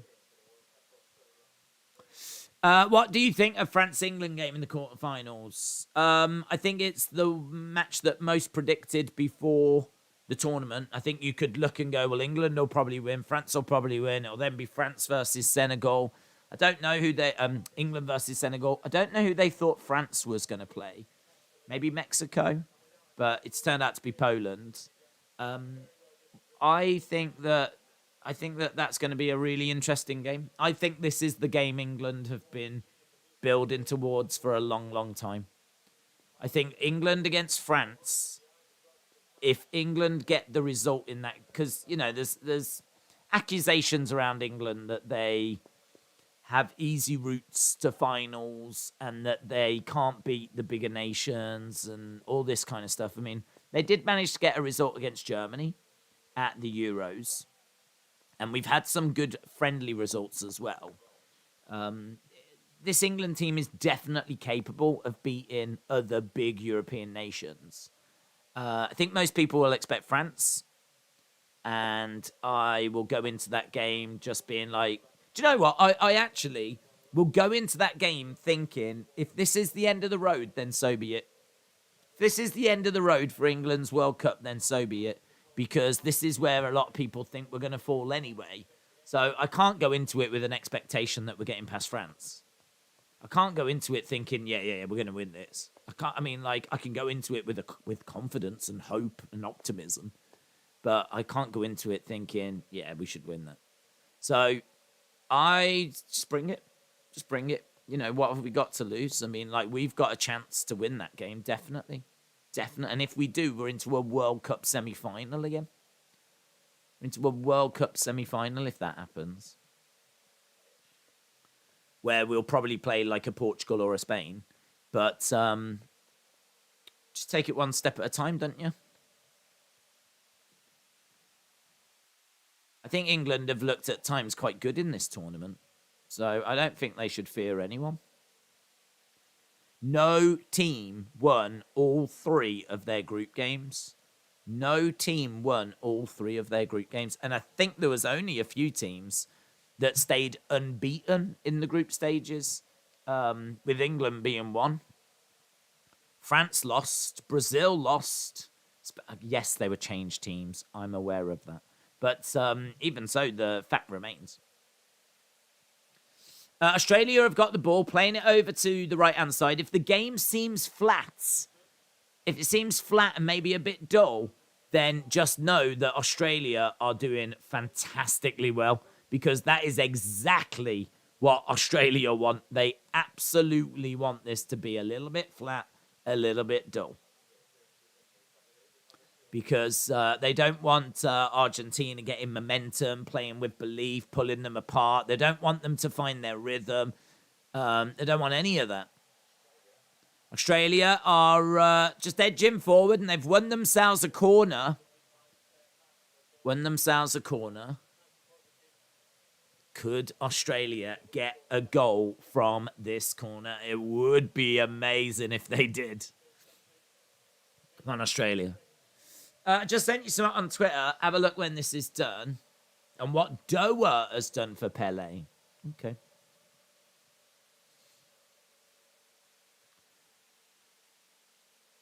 Right, corner. Ball in the middle. Cleared by Argentina. 24 minutes have gone so far. So we are approaching the final 20 minutes of the first half. But another ball in by Australia, and just too much on that. Christian Power said, US men's soccer reminds me of Ash Ketchum. Whenever they qualify to compete in a championship tournament, they get knocked out each time.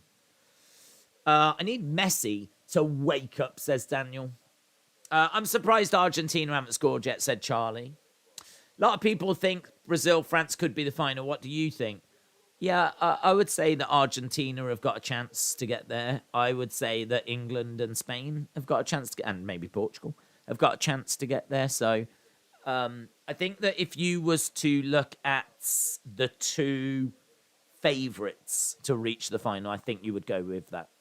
But listen, could France go out to Spain? Yes. Could France go out to England? Yes. Could England go out to France? Yes. Could England go out to Spain? Yes. Could Portugal knock Spain out? Yep. Could Switzerland knock Portugal out? Yep. It's so anyone's. I mean, look at this. 25 minutes gone, not a single shot on target for Argentina right now after 25 minutes of playing this Australia team. They just haven't gone through the gears, have they, Argentina? And the longer this goes, I mean, if this is going to be the 65th minute, the 75th minute, and it's still this scoreline, like the frustration will start to show. Will mistakes start to show? Could Australia capitalize? This is wonderful for them. At the moment, they've got the ball and they're just passing it around. Australia getting a touch of the ball. They've had 32. They've had more of the ball than I thought. Actually, they've 32% of the ball right now. Expected goals is 0.00 for Australia, 0.02 for Argentina. This game could not be any more 0-0 if it tried. Ball being switched over to the left-hand side. Tharuk said, last few days were great. I miss the drama. Oh, it will be back. Only England, Netherlands, Morocco, and Croatia were unbeaten, says Rotem. Tharuk said, this game has been boring. Yeah, but it's a weird boring because to the neutral, it's boring. But I think to the football fan, it's quite exciting. Because, I mean, the alternative is that Argentina would be 1 ahead, 2 ahead, and that's it, game done. I think when Argentina score, that's it. I can't see Australia getting back into it. I think, once Argentina score, they're up and running then. So, whilst it's 0-0, Australia are still in this. So, 0-0, as crazy as it sounds, is actually quite exciting. Because Australia are still banging this game. I think Australia will start to toy with Argentina, park the bus until penalties, says Charlie. Do you think France can make history by being the only team to win it back-to-back? I think there has been another team that's done that. I think you've got to go back a long way, but I feel like back in the day there were some teams that did that. Did Uruguay win back-to-back or Brazil? Either way, do I think they could do it? Sure. I think they could do it. They're a great team. I don't think they will do it, but I think they could do it. My pick is Brazil. My pick was Brazil before the tournament started, and I haven't seen anything to change my mind. Yeah, they lost the other day, but it was a changed team. It was a weakened team, and it was a team that was already through. So, did it have that missing little bit of quality? It certainly didn't have Neymar. Did it have that little missing hunger because they were already through? A downward header there by Australia, but didn't even make it towards the goal. Just a little warning as Australia... That's a lovely ball, though. Lovely ball down that right-hand side. Oh, it's good. Good tackle. Good work, that is. Good work by Acuna Matata. Australia will do some pressing lines at the back and do some counter-attacks like Saudi Arabia, said Easy99. I think it's big having Tegan back. I know people are 50-50 if she avoids injuries. She'll be great for the SmackDown roster, says JM Beer. The stream is not in my subscription box, says WWE LOL. I don't know, but it's just YouTube, innit? YouTube hates me. I mean, it's as simple as that. YouTube actually just hates me. Straight up hates me.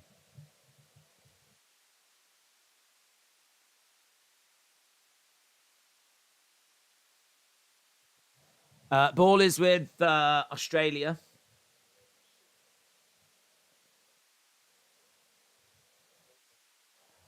Goes all the way down the line.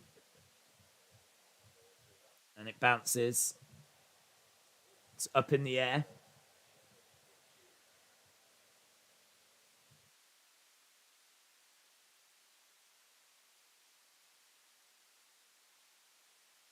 Okay, so Argentina are on the ball, playing it into the Australian half. Comes over to the right-hand side. Lovely work. Into the middle. Messi. No, good tackle. I tell you what, they're doing well, you know. They're doing well, you know. Can't criticize them whatsoever. They're doing a really good job at the moment, Australia. Just being so well disciplined. Half an hour gone. Half an hour gone. Still 0-0. Ball being played into the centre. Messi trying to find a way of breaking through the Australian lines. No joy. Tackle. Long ball. Up in the air. Knocked on. Bouncing around. Australia managing to get onto the end of it. It goes down. That's good work. Good work by McCree. Good work by McCree. Maybe you could offer YouTube a bribe. Maybe that's what I need to do. Offer them a little cheeky bribe.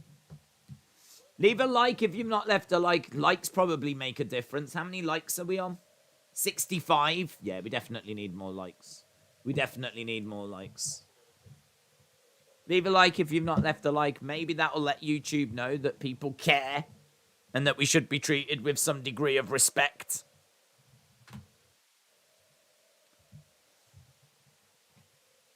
Okay, right now we're going to see this ball get whipped in. So, ball coming into the middle. It goes over everyone's head and makes its way straight out of play. Did you see the new trailer for Super Mario Brothers, says Thruka? I didn't.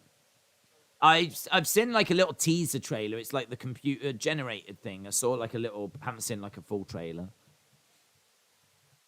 Hopefully it's good. Hopefully it's funny. Hopefully it's a bit like the Lego movie. Molina throws the ball into the center. Ball is chested down by Argentina. Comes over to that left-hand side. Argentina looking to inject a little bit of urgency. Australia looking to get back and get into their shape. They get back into that 4-4-2. So they're right back into that shape now. And they're right back to where they need to be. Ball is played back. There's not much threat by Australia, but it's not really the point, is it? It doesn't matter that there's not much threat. That's not the concern at the moment. The concern is preventing Argentina. It's really interesting, though, isn't it? Like, we are seeing a team working really hard, well organized, well disciplined. And at the moment, getting their rewards for it. Australia have got the ball, looking to try and get it clear. Is being pressured by Messi, and the ball ends up going straight out of play. Yeah, Bajic didn't like the tackle there by Messi. Ooh, yeah, he didn't like that at all.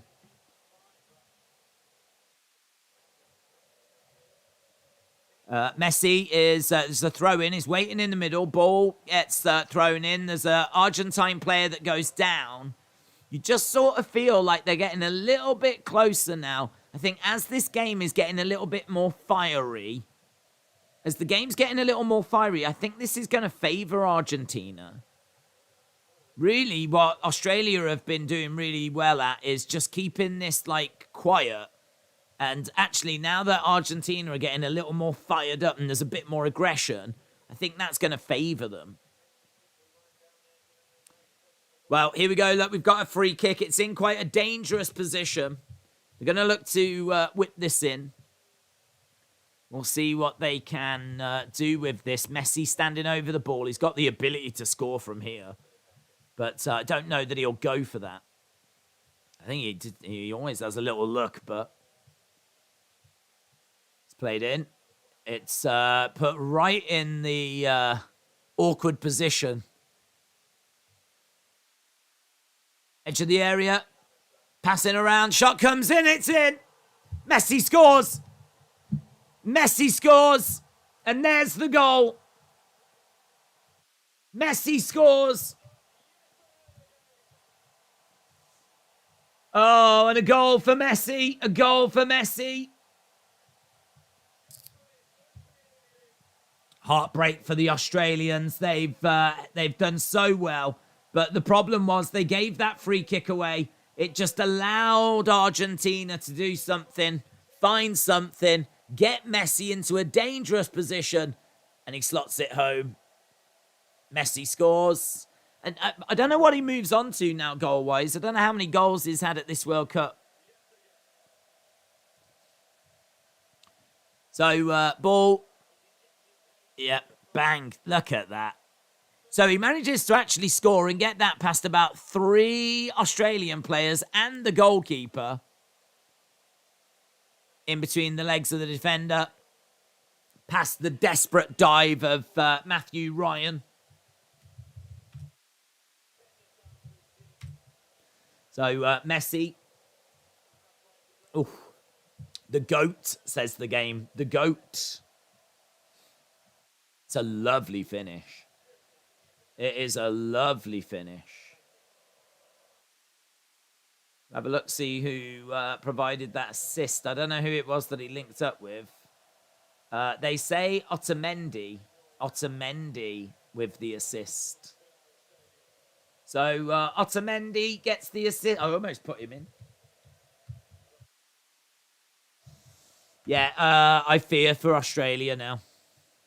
I fear for Australia. I think that first goal, I mean, like, it was always going to be hard to see Australia score. If they were going to go through, it might have to have been extra time and penalties and all of that stuff.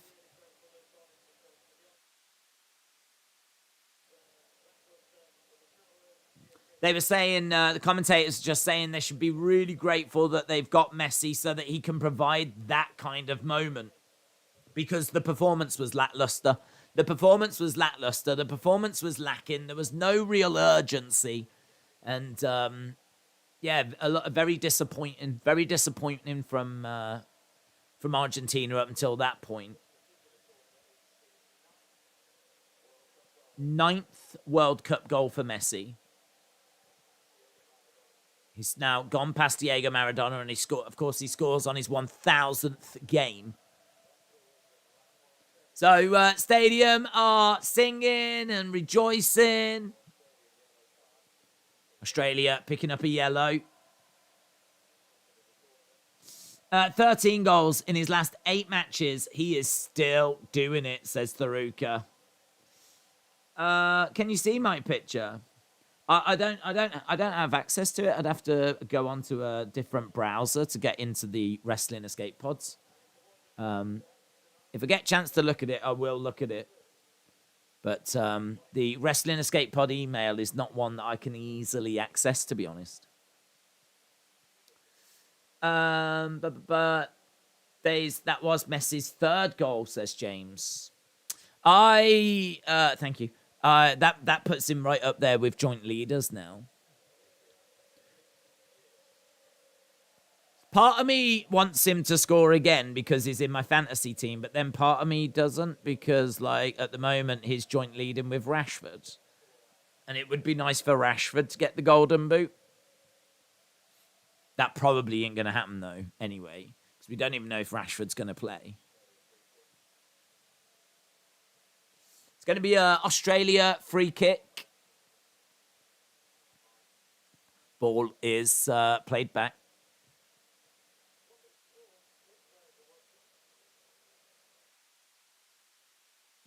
That's a really good point, actually. They're saying if the Dutch players are watching, I don't think they're going to be too scared about what they've seen so far.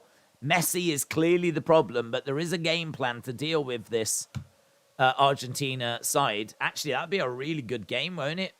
Netherlands versus Argentina should be a lot of fun, that one.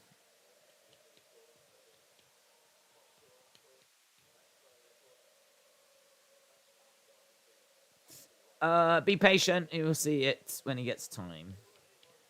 They might have to put on an Argentina game from 86. That game is 2-0, said Dortnight. Edward, hello. I hope you're well. Right, we're into the 40th minute. So we're going to get a throw in here for Australia. Can they get back into this? It's hard to see. It seems like it's going to be more likely that there'll be a second Argentine goal. Messi, after 35 minutes, ball being passed around. Ball coming over to the left-hand side. Played forwards. Nice little turn. Dink in the middle. Again, it gets passed back to the defense of Argentina. And the fans are in fine voice. Fans are absolutely loving it. Ball comes over wide. Alvarez.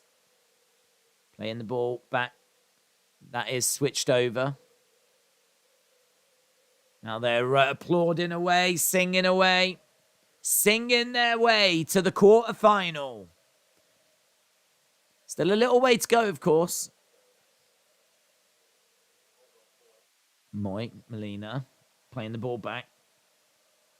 No Di Maria, of course. Ball is over on that left-hand side. Played into the middle to Messi. He plays it back. We're in the Australian half. It's just constant pressure from Argentina. So ball is over to the left-hand side. Lovely down the line. Goes out wide into the middle. Here's Messi. Driving forwards. Doesn't get anywhere. It's picked up. Is that going to be a free kick? No. I think Messi's down. They'll love it if he's injured. Right now, every Dutch player is keeping everything crossed that he's injured. But Messi is down. Don't think he's interested in that. He's coming over to check on Messi.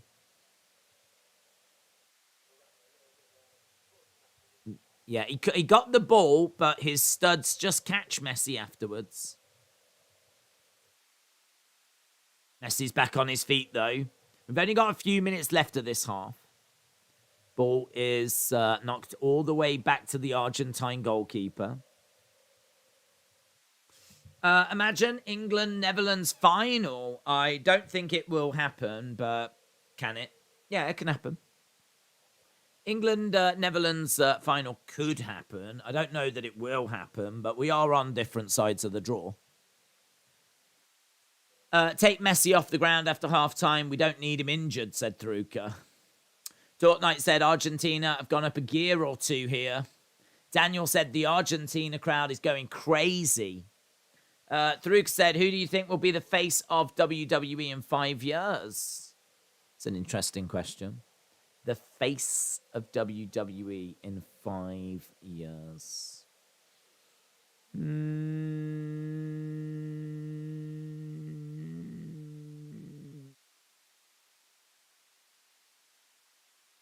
That's a really interesting question. The face. I mean, the names that are coming to mind are Theory, Gable Steveson, maybe Bron Breakker. Thinking those. I don't know that Roman's around in 5 years. I think he goes off to Hollywood and does all that. Seth could be around. Seth might be the face in 5 years. I don't think Seth's going to Hollywood. So, could be Seth, I suppose. But, Theory and Gable. I mean, Gable's going to be in for a monster push, isn't he? Gable Steveson will have a monster push. So in 5 years, it could be Gable Steveson. Gable Steveson could be... But then saying that, Brock's not really the face, is he? Gable Steveson is the natural progressor to Brock, but Brock's not really the face. It's Roman that's the face. Carmelo, said James. Definitely Seth, says Daniel. Tharuka says Braun, Gunther, Gable, Theory, Cody or Seth. Redemption says Cody. Trini says Bianca. Bianca's push has been sustained, so for me, it's likely her. James said, if Argentina is 3 or 4-0 up by now, then I could see them taking Messi off at halftime, but not whilst it's only 1-0. Hayden says, probably Gable.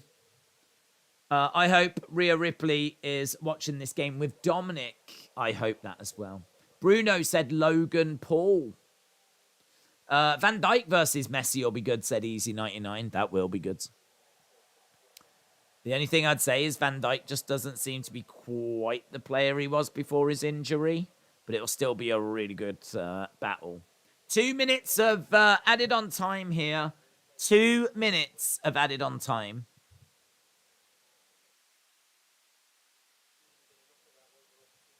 Australia. Still only 1 shot on target, and that's been the goal. Trying to find a way out, but it's just really hard to see Australia get back into this, as we said. But time ticking away. Stevenson is an Olympic gold medalist. He's got the package now, delivering the ring. Wrestling Overtime says Mello. Daniel said Rhea Ripley is Mammy. Tariq said, is Cody over or under 35? I think he's about 35. I think he's about that age. 2 added. Cody is 37. Same as Roman and Seth. I mean, in 5... I mean, he said he wanted to be done by 40. That's the only thing. I mean, that... I think they spoke to him about that when he came back, and he was like, well, that was a guide. So, he could still be around when he's 42. It's about 20-odd seconds to go. Only 2 minutes added. We're getting normal football now. I'm so used to getting 10 minutes. Ball is back with the keeper. Played over to the left-hand side. Also, because now we've got a female CEO and Triple H is behind women's wrestling, I definitely see a woman be in the face. Becky proved that it can be done. Ball being passed around by Australia. But no joy up in the air. And that's going to be the end of the extra 2 minutes. Dude. There we go. End of the half. I think there's something there for both Argentina and for Australia to be pleased about. But it's obviously going to be Argentina that are going to be happier. There was 1 shot on target in that half, and that was the goal. It is a moment of magic from Messi that is separate. Well, it's more than just that's separating the teams, but it's that moment of magic from Messi that is resulting in this being 1-0 Argentina. But listen, at this stage of the tournament, it's going to be difficult. Australia have got it all to do. They were always going to have to score unless they were going to take it to penalties and it be 0-0. So, you know, the task doesn't necessarily change. They've got to find a goal. Halftime, Argentina 1, Australia 0, said Legend Killer. It's going to be Tuck, says Rotem. I wonder at what point do Australia choose to go all out and expose the defence? I've got to imagine that's right at the end of the game because, like, if they're 2-0, 3-0 down, they're not really even in it. I mean, now even 1-0 feels like a mountain.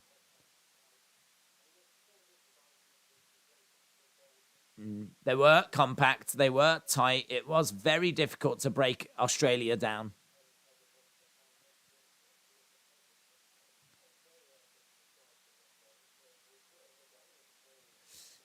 Gary Lineker said Australia, apart from that moment from Messi, were very much in this game. They're still in this game, but it's disappointing. There's a rumor that Stephanie is pushing for WWE to do a pay-per-view in Australia.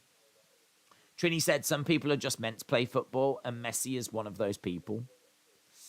It's going to be Tuck, halftime, 1-0. Ledge Killer says 1-0. Need another Messi goal, said Daniel. Rotem said Australia could be dangerous with a free kick or with corners. Bahamas said, who is your favourite UFC fighter and why is it Yadong? My favourite UFC fighter might be Thug Rose, actually. I really like Thug Rose. She's really, like, humble. And I sort of like that. In a UFC world that's all about, like, trash talking and kind of like acting like the big I am, which, you can understand in the world of sports.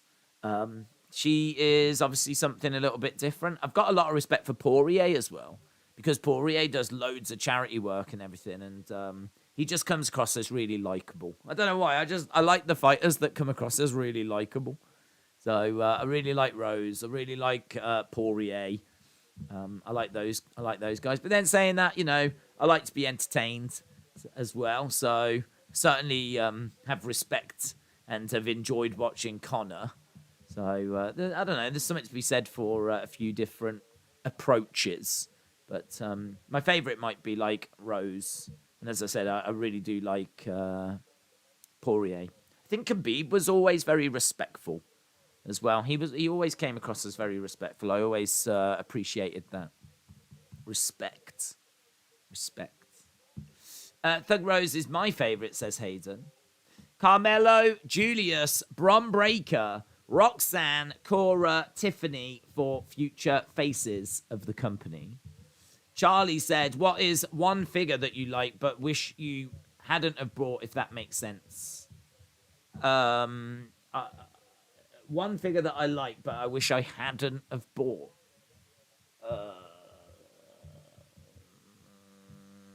Don't know.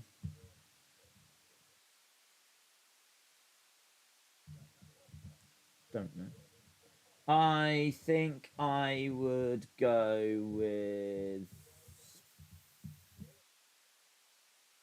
think I'd go with a lot, I think I'd go with the majority of my collection. Because as we were talking earlier, I think that I feel like it's a bit out of control, the collection, because it doesn't have much of a purpose. Like, in the sense of...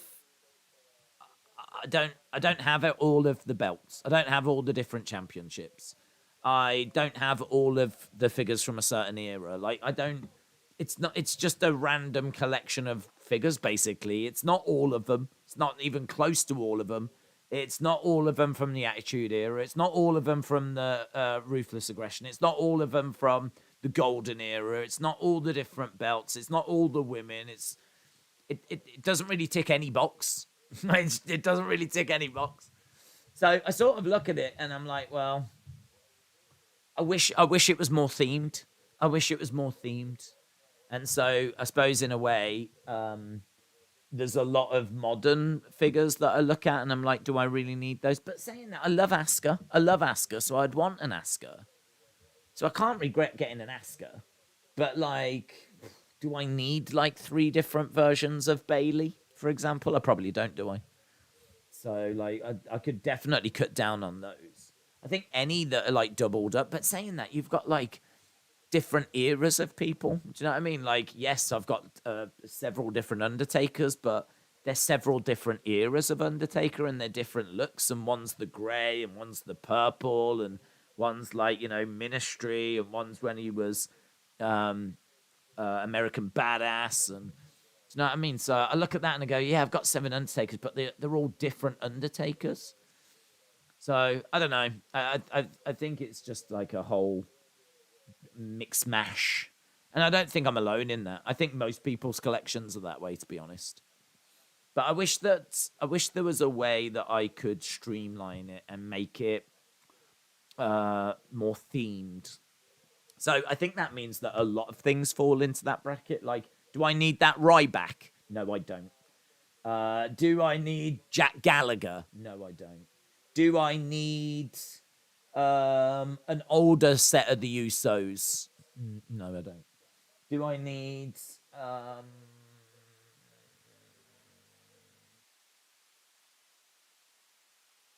do I need Carmella?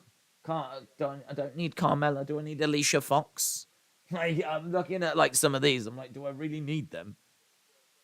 Um, and I think the answer is probably no. So I don't know that I can give you one answer. I would actually say a lot. I'd say there's a lot of figures there that I like, which I just don't need. I just don't need. And then I need to like try and find a way of theming them better. James said no one needs a Ryback. Zakaria said your collection is awesome. I came to play. I want a Mandy Rose figure. I need something to comfort me at night, says Aubrey Edwards, dancing on wrestling's grave. Trinity said, my favourite name you called out there is Roxanne. Can't wait to see her in the ring with the main roster. She is young, but so good. Will you watch Avatar, The Way of the Water? No. I have not seen Avatar, The New Hope. So, do you think Netherlands would bring back Bergkamp for one game? I don't think they. I don't even know what he does anymore. I'm guessing he's a pundit somewhere. I like Carmella, but you ain't getting me to buy her figure, said Trini. Charlie said for Christmas, I used Wrestling Shop and I used the day's code and it worked. What, for this Christmas? Did you? Good for you. I don't even know if that's meant to be still working. They haven't told me. They haven't got in touch with me to say that it works. So, good. Fair play. Well done. Secret is safe with me. No one needs a Roxanne figure, no. No one. A Ryback figure, no. I mean, I've got James Ellsworth. Do I need that? No, I don't. I've got about 3 AJ Styles. Do I need those? No, I don't. Honestly, I could see doing a big sale next year, you know. I could see myself doing a big sale just to clear some of it out. And then that might actually be a really good thing because it might inspire me to like start buying figures again because then I'm actually buying to a certain theme. And so it might actually kickstart things again. It's weird thinking like selling figures means you're then going to get back into it, if you will.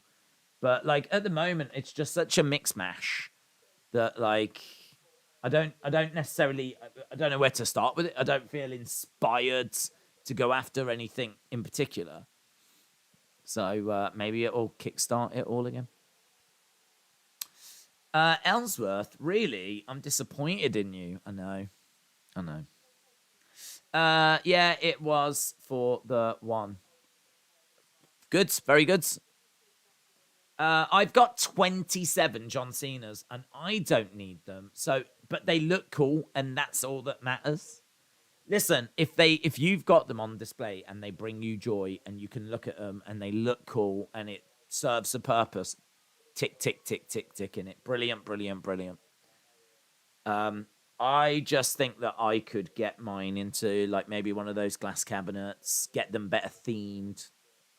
And I think I'd get more enjoyment out of it then, you know. Do wrestling figures resell for good prices? They do all right, yeah. They tend to hold their value. They do all right. Does Mandy Rose come with garden cushions? No, because she hasn't got many. She doesn't have enough herself, to be honest. So, no, they don't. Charlie said they mean a lot to me as well. That's good. That's good. I mean, I must admit, like, there's ones there I would not want to part with. I would not want to part with, there's a couple of Macho Man figures. There's Macho Man from, like, WrestleMania 3. I wouldn't want to part with that. There's a Hogan from WrestleMania 3. I wouldn't want to part with that. The Defining Moments Hogan. Wouldn't want to part with that. There's a few, actually, that I look at and I'm like, yeah, no, that ain't going anywhere. Those are the ones that definitely I want to keep a hold of. But yeah, there's definitely a good chunk that I look at and I'm like, yeah, I could part with that. I don't need that. Like Rich Swan. Do I need Rich Swan? I mean, I can. No, I don't. I don't need Rich Swan. Do I have Days? I have Green $1 Million Man in a loft. Do you have that figure? I don't have it on display. I do have the Hasbro of the Green $1 Million Man. I've got a feeling there was a basic of the Green $1 Million Man, which might have been like a flashback series. Because they did some flashback basics from like 2018. I think I might have one of those. Might have one of those, but I could be remembering it wrong. I don't have an elite green $1 million man, though. Because I think they only just released one, didn't they? In the Legends line, a green one, which I'm sure was like a Legends one that's like a Target exclusive. I don't have that. I was doing stop motion and it was Sin Cara versus nobody, said Charlie. Are Australia coming back, says Cooper Weary? It's hard to see it happen, to be honest. It's hard to see them coming back from this. I hope they do. I really hope they do, but I'm not feeling brilliantly confident. How long do you think it will take to review all the box figures, including the ones in storage? I seriously think that I could probably do... I seriously think... I was going to say I might be able to do one a day next year, every day. I reckon I've got about 300 that are probably still in boxes. Because the vast majority of ones that I buy tend to be in boxes because I only ever took them out of their boxes. I only ever took them out of their boxes when they were reviewed on the channel. And I just, for the longest time, wasn't reviewing them. So I would buy them from Toy Hunts and I would order them, but I was not getting around to reviewing them. And so I honestly, piles and piles and piles and piles. That would include basics as well, by the way, not just elites. That would include but like all my boxed Mattel wrestling figures are rough guide. I reckon I could do one a day, every day next year. Why don't you do figure reviews anymore? Because do watch-alongs, and this takes the time, doesn't it? What about a World Cup final? D'Lo Brown unboxing, says Charlie.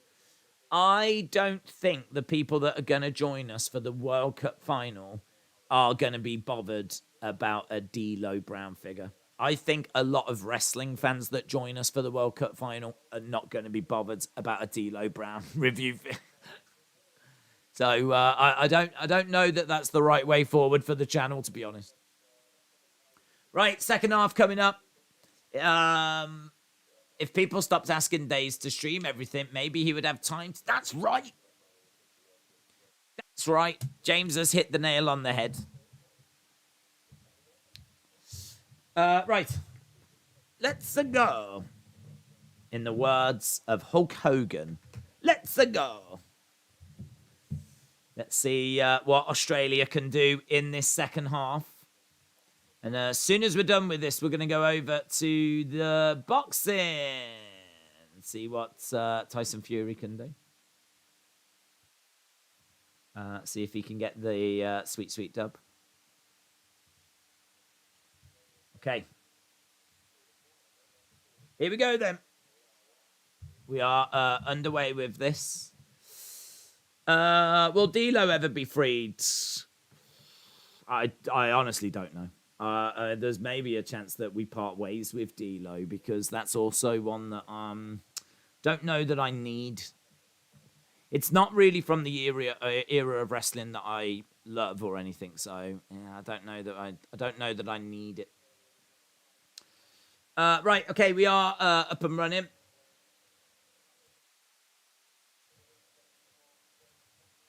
Ball is going straight out of play there by Australia. So the ball goes straight out of play. I think you better recognize, said Bahamas. Okay, so Acuna is going to look to throw this in for Argentina. Throwing it down the line.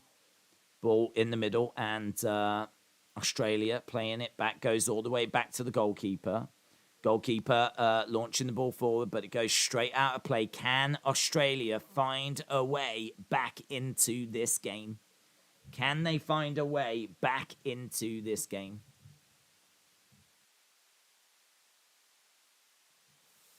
Messi has got the ball in the middle of the park.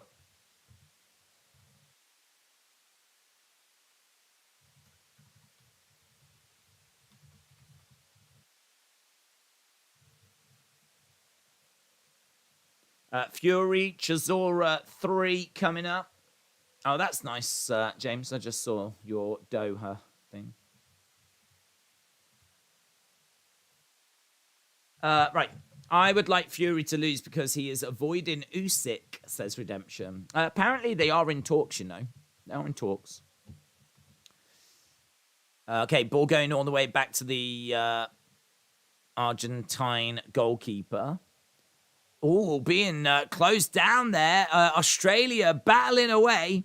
So the Argentine keeper had it. Number 15, Duke, putting a bit of pressure there on the keeper. Yeah, Duke closing down. Battling away. This is what Australia needs to do. Fight. Don't just give up. Don't surrender. Don't go out without a fight. Ball is back with that Argentine defence. It's being closed down by Australia. Ball over on that right-hand side. Couple of minutes into the second half so far.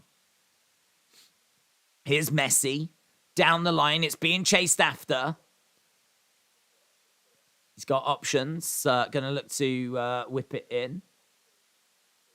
Messi. Twisting. Turning.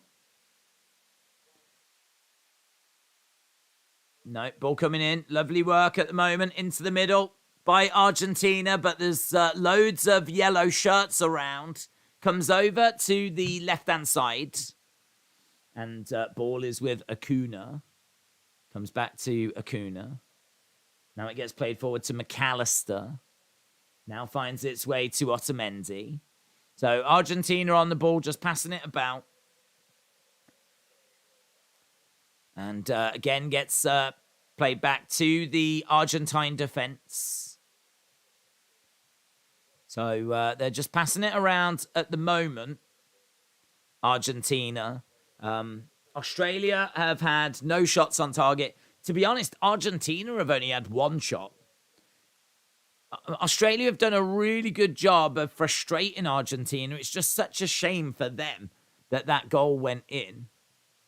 Can they find a way of scoring, though, and getting back into this? Obviously, the winner will go on to face the Netherlands. Gomez is being substituted off for Argentina. So Gomez is off, and now Martinez comes on. So Gomez off, Martinez on. Seeing Argentina fans in the stands. Ball being played forwards. My day has gotten better. Went to buy some groceries, banked, then stopped off to get a coffee. The cashier gave it me for free, says Heather. That's good. The little things, isn't it, in life sometimes? Ball being played forward. In the middle. Lovely work. Messi over to the right-hand side. He's going to look to whip it in. McAllister's in there. There's a few Argentine players. Messi picks it up. Edge of the area. Shot comes in straight to the hands of the goalkeeper. But Duke Hudson. Yeah, he's going to do it for Chase U. Going to do it for Chase U. Wrestle with Andy. Would you ever try and complete the old Hasbros? I only ever stick to elites, but they would be tempting. What do you mean? I've got a good collect. I actually don't know if I'm missing any of that old Hasbros. I think I've pretty much got them. There might. I don't know. I don't know if I'm missing anything. I know I don't have the rare Kamala, and I know I don't have the Rhythm and Blues, Greg the Hammer Valentine, for example. I did get into the retros. I did get into those, but just strictly old Hasbros, I think I'm pretty much there or thereabouts. I'd probably have to have a look at a list and just double check to make sure there wasn't one that had slipped through. But I think I'm there or thereabouts. Yeah, I've got a shelf of those at the bottom. I've got my Hasbros, and then just a flipping mess. The rest of it's a mess. If Fury lost, it'll be the biggest shock by some distance, said Dort Knight. James said Usyk is actually there tonight. Ball being played forward by Argentina. They've got it around the halfway line. I am just going to wait for Holland and Thompson, says Liam. It's a little way off, isn't it? Not too far, about 3 hours 50 or so. Ball being played forward by Acuna. McAllister knocking the ball back. Australia playing it back to the keeper, launching it down the line. Knocked into the centre. Here is Argentina. Playing it forward, bouncing around. Australia down the left-hand side, but good tackle there by Argentina. Argentina winning it back. No one is injecting any urgency into this Argentina side. I mean, Messi tends to try when he gets chance, but no one's really taking the game by the scruff of the neck, you know? Argentina playing the ball back to their defence, going all the way back to the keeper. A little bit short, you know. Little bit short. The keeper has to kick it straight out. That was a little bit of a mistake there. Needed to put a bit more on that. Yeah, the keeper had to just launch it out. And so now it's going to be an Australian throw deep into the Argentine half. This is going to go straight into the penalty area. Bounces around, and that's going to be mopped up. Goes out of play. That's going to be a goal kick. And really, Australia needed to do something better than that. Needed to do something a bit better than that. Basement update, says Suram. It's still there. Still there. Right, we're seeing Martinez, then the Argentine goalkeeper. He's going to look to launch this forwards. Comes over to the right-hand side. And Argentina just really struggling to get it out from the back. It bounces off the Australian player. Almost 10 minutes gone in this second half. Still, frustrations continue for Argentina. They're certainly having to grind a result out here. This isn't like a swashbuckling performance. This isn't a performance that I think is going to strike terror into many people's hearts. But what it is it's a disciplined performance. It's a disciplined performance where they're just going about their work, trying to get the job done. And sometimes, honestly, getting a 1-0 win, if you're not even playing that well, getting like a 1-0 win, that's all that you need. Just get through. It's all about just getting through. I don't know that Netherlands will be too scared, but ball being played forwards, bouncing around. How is Fox close to a minute behind? It's got further to travel. Ball is on the left-hand side. So Argentina being bullied back to the halfway line. Looking to go, again, looking to go down the right, but there's just a sea of yellow shirts. Almost breaking down the right. Ball being played back to DePaul. So 10 minutes gone. It's been 20 minutes of game time since that goal, you know. It's been 20 minutes of game time since Messi scored. Oh, keeper's out. Needed to come out. Messi was chasing onto the end of that. Ryan had to come out and just head it away. And ball goes out again. Days, the Tyson Fury ring walks are scheduled for 9. I read that it was 10.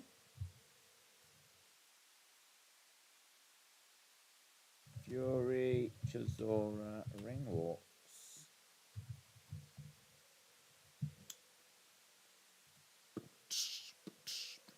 I mean, in all fairness, I read it was 10, but I read it was 10 a good few weeks ago. So if things have changed...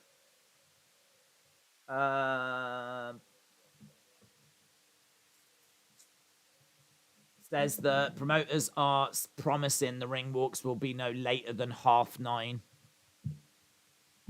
which is still half an hour earlier than I was expecting or wanting. But as soon as we're done with this, we'll change over and go to that coverage. So there's not much we can do, is there? Ball going all the way back to the keeper, Ryan. Speaking of figures, I finally got a Darby Allin Jazzwares. Oh, mistake! And it's in. Number 9, Alvarez. Argentina get their second. Argentina get their second. There's a mistake there, and it's punished. You can't, I mean, you just can't, you can't make mistakes at this level. So Alvarez scores. And that's them through, innit? That is them through. So Julian Alvarez scores. So the ball is thrown out. It gets played back to the defender. He plays it back to the keeper. He takes a touch. He's got 2 Argentina players on him. I think they just asked a bit much of the keeper, in all fairness. Look, he's got 1 Argentina player there. And then he's got Alvarez that comes onto him there. Yeah, they asked a lot. They asked a lot of the keeper. It's the keeper's fault, but there's a couple of changes that are being made. So Alvarez gets the goal. That is fantastic. Trying to play around with it too much at the back. Heather says, oh dear, Aussies. Dear, oh dear. Yeah, not great. 2-0. And this game feels like it's pretty much done, doesn't it? Ball going down the line, down that left-hand side. Australia trying to find a way forward. We've got just over half an hour to go. I got 1, 2, 3 kids where the nasty boy shaved his eyebrow off and he has to do the packaging with no brows. It is so funny to see him, says Steve. I don't have that packaging anymore. I've got the figure, but I don't have that packaging.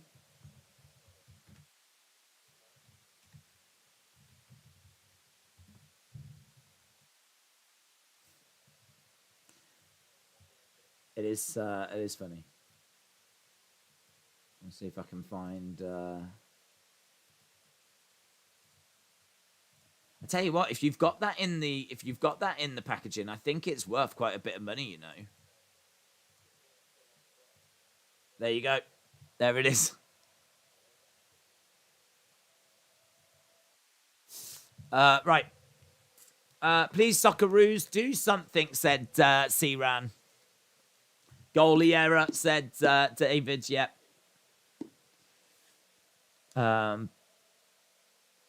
Just showing a replay of it here. So it goes back to the keeper. He takes a touch. He's got 2 Argentine players on him. Yeah, it takes that touch. It gets picked up by Alvarez. Alvarez then slots it home. And it's done. Manchester have got another star in Alvarez, said Dortnight. Okay, here's Argentina then, picking up the ball. Coming over to that left-hand side. Ball being played forward. It's being chased after. And it's going all the way back to the keeper. Keeper knocks it straight back out to the Australian player. Nice. Into the middle. And ball goes straight out. Avatar also sent Qatar also sent Pele a message using drones. Sent Pele a message using drones.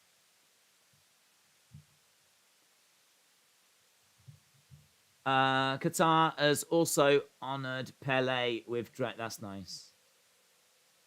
That's nice. So there's a yellow outline of a shirt, and then it says Pele 10 in the sky. That's nice.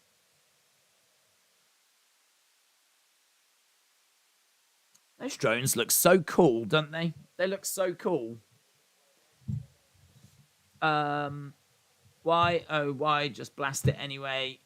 Game over. Boxing next, says Hangman. World Cup is exciting. I don't mind watching Fury, but I'm pumped to see Clay get slapped about by his brother pre-fight. Are you doing UFC? Yes. Yes. Right, okay, we are going to see a free kick, is it? Throw in? Don't know quite what we've got. Free kick. Free kick to Australia. Free kick to Australia. Can they get something from this? I must admit my interest in this game is a little bit flat now because, like, 2-0, I just don't see them coming back from this. What, even 1-0, you were like, how are they going to score? 2-0, you're like, maybe if they can get something here. Running over the ball, it's whipped in, it's long, it's over everyone's heads, it's poor. Comes to Australian play, he plays it in the middle. It's putting it over to the left-hand side, dinked into the middle, but Argentina get it clear. Argentina keeping it in. Comes to the back. Played forward from the back there by Argentina. Played over to the right-hand side. Argentina trying to come forward. Nice 1-2, passing it around. Here's Messi. Messi weaving, bobbing. Gets played over to the left-hand side. Pass back. Yeah, I mean, that's it. They've dealt with it. Not a problem. DB said, well, bye, Australia. Lights weren't being that nice too. I am, well. Okay, Argentina have got the ball in the middle of the park then. We got 27 minutes to go. 27 minutes to go. Might be a few added minutes, of course. But Argentina just passing it around. So far, they've had 3 shots on target. They've scored with 2. Here's Australia trying to find a way forward, but good challenge there by Argentina. Messi picking up the ball. Lovely little turn. Driving forwards. Oh, he's beaten a few people. Oh, he's away. And it's back with Messi. Go on, Mel. Oh, my God. I think the world were willing him on. I think the world was willing him on then because he gets past a few players. He's weaving away. The trickery, the skill. Oh, and then the defender is able to just... Look at that. Look at that. That's amazing. That's amazing. Messi wants a World Cup wonder goal. I think a lot of us were like, go on, do it. You're winning 2-0. Go on, Messi. Light up the world. Give us a goal that we'll talk about and remember forever. Ball to the back post. That's a beautiful ball. To the back post. It hung in the air. That was beautiful. Messi almost did a Maradona solo goal. He really did. He really did. Steve said, I've got a lot of things that are still packaged. I've got a 64. I've got a Spectrum 48K. I got that out of the attic today. They're probably worth a fair bit. I mean, I don't know, but I mean, retro consoles like that, I've got to imagine there's a market for that. Legend Killer says, come on, Argentina. Ball in the middle. Oof, gets past everyone. Feels like maybe we're starting to see Australia like pushing a bit more now. Is because the game feels a bit more open. There's a lovely shot there by Messi and it goes over. Yeah, maybe this just feels a bit more open now. He does just lean back a little bit and that goes wide. He's still a troublemaker, isn't he, Messi?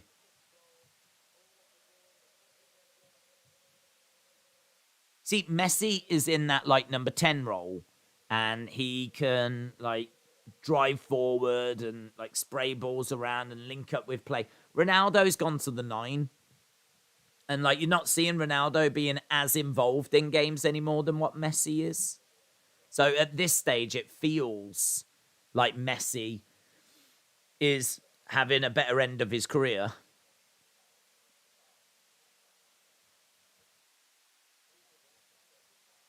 All right, it's going to be a free kick here, I think, to Argentina, is it? No? Australia. Australia are going to look to whip this into the box then. Can they get something from this? If they got this back to 2-1, that would make things interesting. Obviously, we saw the same happen with the USA. They got it back to 2-1. That made things interesting. Ball is played into the back post, but straight into the hands of the keeper. Come on, Argentina. Look at that. Straight up, straight into the hands. He grabs it. He takes it down. Boom. Di Maria. Okay, Argentina passing it around at the back. Ball being played into the middle.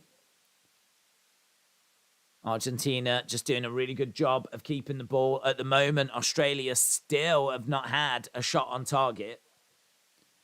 Ball is over wide and runs out of play. DB said, need Moy to get carded.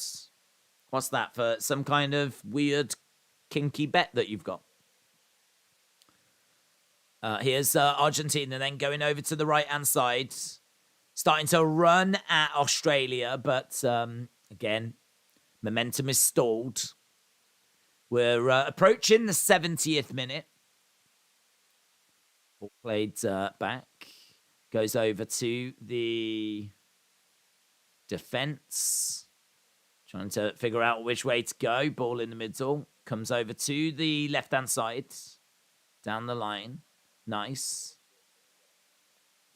I think it's great how you differentiate between a great footballer and a great goal scorer. I think that's how you differentiate once the legs have gone a little bit. James said the Dubois fight is just starting. Oh, that's bad news, isn't it? That's bad news. Ball going down the line. Got to think that Daniel Dubois fight is not going to take, well, half an hour's time, little bit of a delay. I feel like we'll probably be getting to it just as we're getting to like the ring walks. Half 9 is what they said they were going to be looking at. But if that Dubois fight finishes early,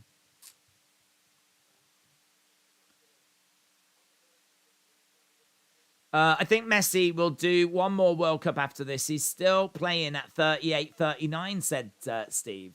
Hangman said, just one goal. Australia, please. False hope is better than no hope.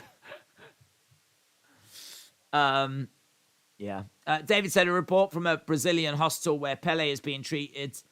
Pele is being treated for a respiratory infection. Pele is responding well. His health condition hasn't changed in 24 hours. Don't know. I really don't know. I don't know how long he's got, to be honest. I don't know what we're looking at, but obviously it's concerning. It's very, very concerning. Hopefully he can find a way of, I would say pull through, but it doesn't look like they're looking to... I don't think there is a cure, is there? I think that's... I think there's an acceptance that this is going to be the end of the road. It's difficult, isn't it? Because like you don't really know what to say or what to think. It's like you want to say, come on, you can do it, but it's not really the situation we're in. Right, it's going to be a throw into Argentina. We are into the final 20 minutes. And we've got a substitution. Alvarez is coming off.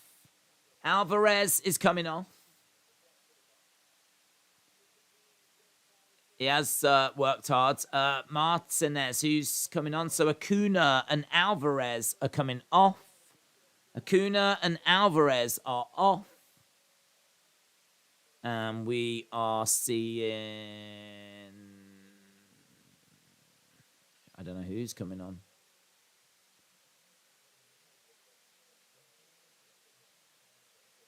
So Acuna is off, as we said. And coming on, here we go. Martinez and... Oh, my God. Couldn't even read it, and then it jumps off. Australia are making a whole raft of changes as well here.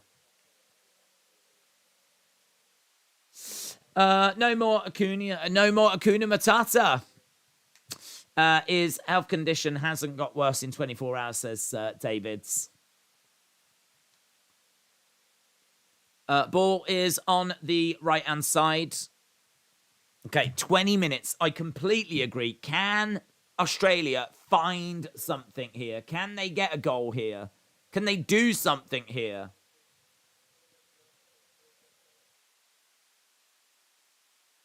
Ball is on the left-hand side. Gets played back to that Argentine defense. It's been passed around at the back. Down the line. Into the middle. Lovely. Trying to chase after it. Knocking it on. Oh, no joy. No joy. So that was Martinez, who's just come on up front. He was trying to knock it past the Australian defender, but couldn't get past him. Ball going over to that left-hand side. Don't forget, tomorrow we've got 2 more games coming up. We've got England in action, massive. And we've also got, not only do we have England, but we've also got France taking on Poland, which should be really interesting. Ball in the middle. But picked up, played down the line. It's up in the air. Looks like keeper's coming out. He's going to claim it. So, Irvin.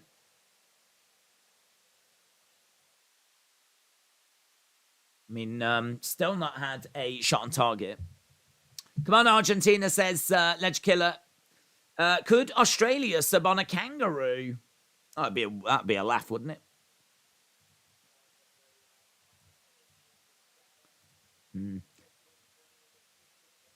Said it's hard for Australia to find the energy and find the desire. The only thing I would say is that if you actually look at expected goals... the expected goals is 0.07 for Australia. You can't expect Australia to score if they don't have a shot on target.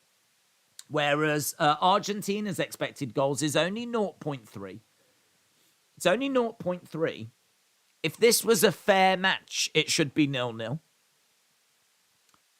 Argentina have not really... I mean, if you think about it, the first goal... was just a moment of Messi magic. And the second goal was a goalkeeper mistake. That's it. Goalkeeper mistake and a moment of Messi magic. Outside of that, it has been all Argentina. Shot, drag, right. But honestly, they don't... This isn't the kind of performance that you look at and think, that is the world champions right there. That's the world champions. And I think the Dutch... are going to go into this game quite fancying the challenge, to be honest.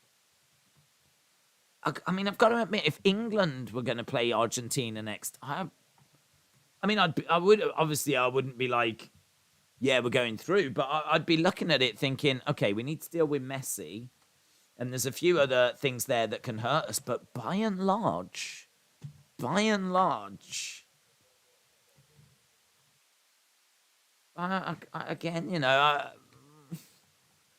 we would have a chance. Do your best Australian accent. Oh, Struth, mate. Any more than that and I'll be cancelled. Just hoping for one last Pele comeback, says Yeoman. Australia are used to coming back from being down under, said Sheeran. 15 minutes to go. Ball going down the line. It's bouncing around. It's cleared there by Argentina. Now we've got ball coming into the middle. Edge of the area. Takes a shot. Oh, it's in. It's in for Australia. It's deflected, but it's in. Okay. You wanted some false hope. You've got it. You wanted false hope. It's deflected and in. 2-1. And do you know what? This is just like the American game. Didn't the USA score from being 2-0 down about this time? And wasn't it like a really weird goal as well? I mean, that it hits the defender and it goes in the corner. There's nothing much you can do about that. Hits the defender and it goes straight in. Comes off Fernandez in midfield. I think they're going to give it to Goodwin. I don't know. Yeah, I mean, that now. What does that mean now? Oh, come on, Australia. I'm definitely here for watching Argentina get knocked out the World Cup. I'm definitely here for that.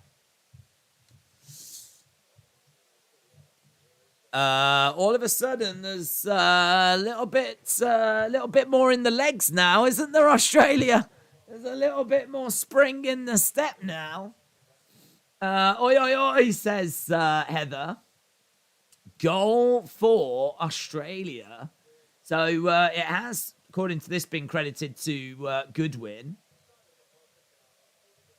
So, can they? Can they?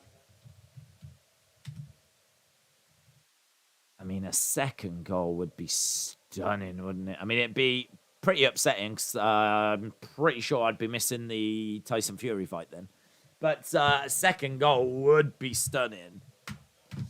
Ball being played into the middle of the park. Knocked forward. Here is Messi. Messi trying to play it over. Obviously, a third Argentine goal would surely seal it. Ball out wide. 2-1. Argentina for the win. Lucky goal, but it still counts, said Ryan. Absolutely. Ooh, ball trickles out. One more Aussies, says Rotem. Yeah, just offside. Just offside.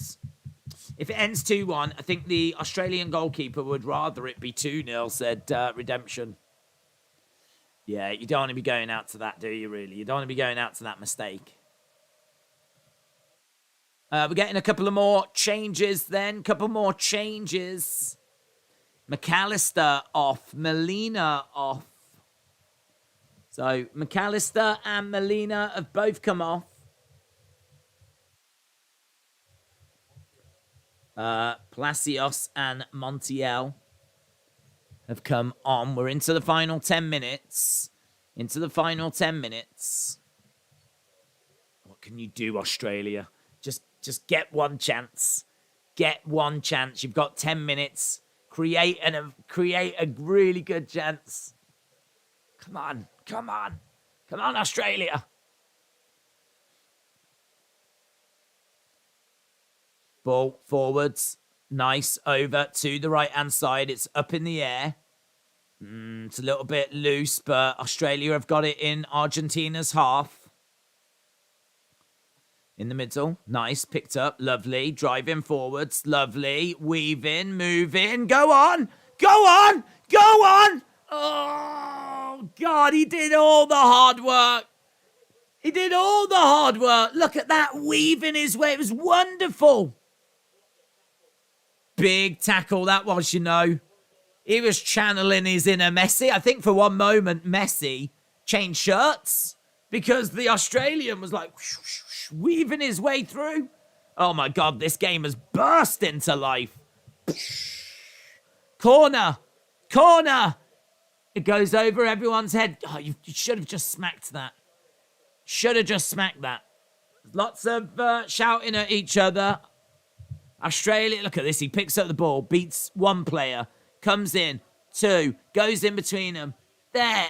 He taps it over and he just takes a little too long to pull the trigger. And there's a big tackle. Oh, my God. Oh, my God.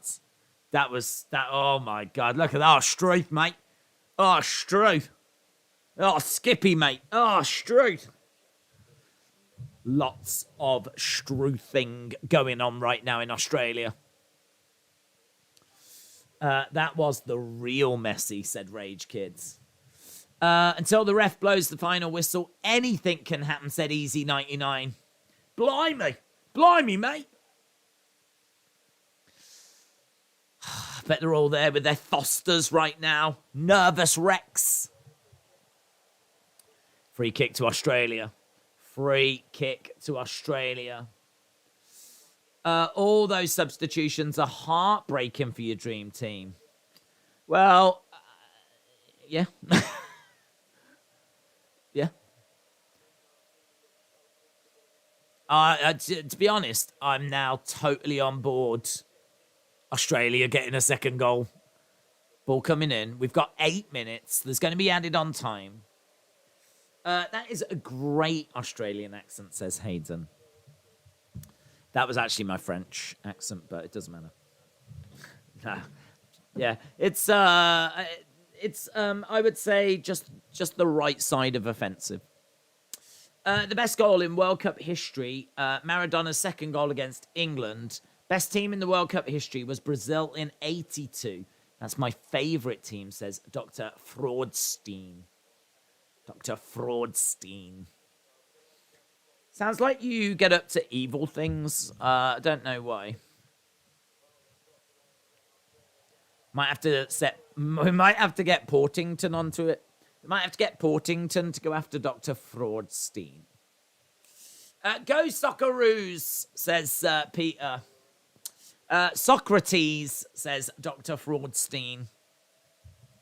It's not over until the kangaroo. The kangaroo.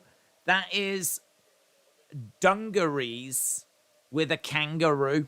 I don't know what that looks like, but picture it. That is a kangaroo in dungarees. It's a kangaroo. It's not over till the kangaroo punches someone. Go Aussies. I don't mind missing Fury. Here's nothing until he beats Jake Paul. That's true. That is true.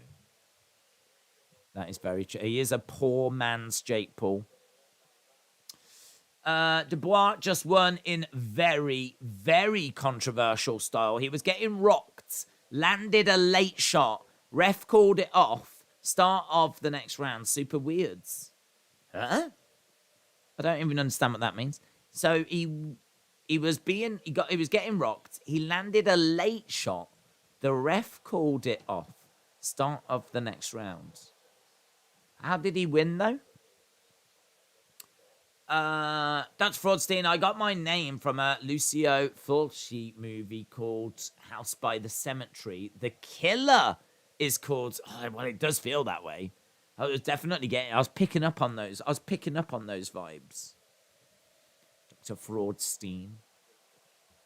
Shout out to you. The friendly face of heels. The friendly face of murderers. Ball going down the line. We're into the 85th minute. Still 2-1. There's only a goal in this. The ref called a TKO. Oh. Ball is being played forward. Chested down. Australia are looking for that second. David said the Socceroos are used to high-pressure penalty kicks. In 2022, they beat Peru by penalty kicks. Ball bouncing straight out. Come on, Australia. I feel like I'm sort of resigned to the fact that I'm going to miss that Tyson Fury fight, which I'm a bit gutted about. I suppose I could have it on. Well, in all fairness, in 5 minutes I can go to it if Australia don't score. That's Fraudstein. Shout out to you. Appreciate it. Hope you never quit. Don't know the meaning of the words. But then saying that, I don't know the meaning of most words. Messi being pressured. Not soccer versus football again. Yeah, let's start that. I feel like there's a healthy conversation to be had there. The friendly face of murderers, like a certain YouTuber that drowned Glenda. We don't talk about my hatred for women, Trini. Ball being played over to the right-hand side. Argentina have got the ball. They're just taking a bit of time out of the game. Little bit of time. This is frustrating for Australia. Joe said it'll be a tie if Australia get a goal. Yeah, we'll go to extra time if that's the case. So if Australia get a goal, then we get an extra half an hour. And then after that, we go to penalties. But we need Australia to score first. Ball being played over to the left-hand side. Don't forget, Argentina have still got Messi on the pitch. When does healthy and toxic mean the same thing?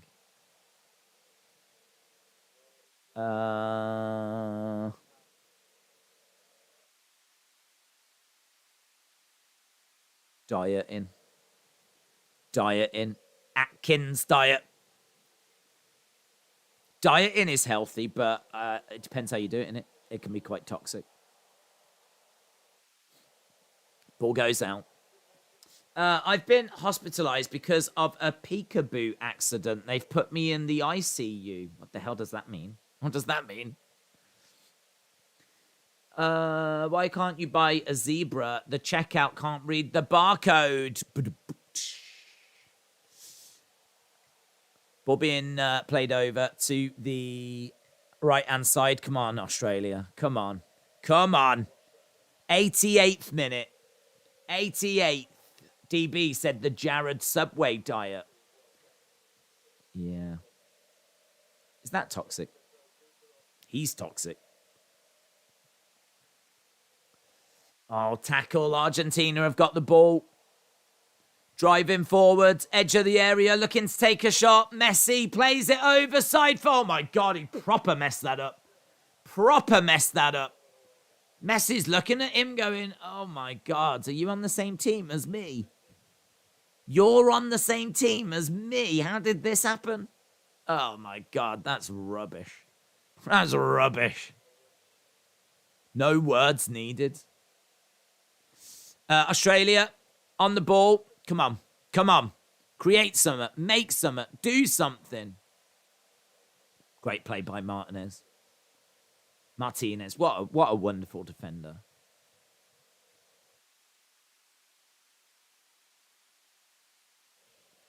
He does read the game so well. 89th minute.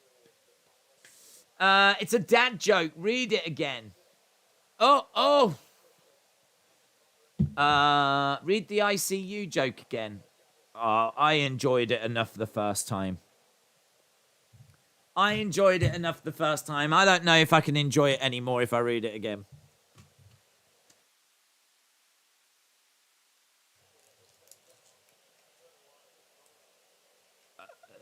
Yeah, what's happened there? Drama. That's what's happened. 90th minute. How much added on time we're going to get? Eh? How much added on time?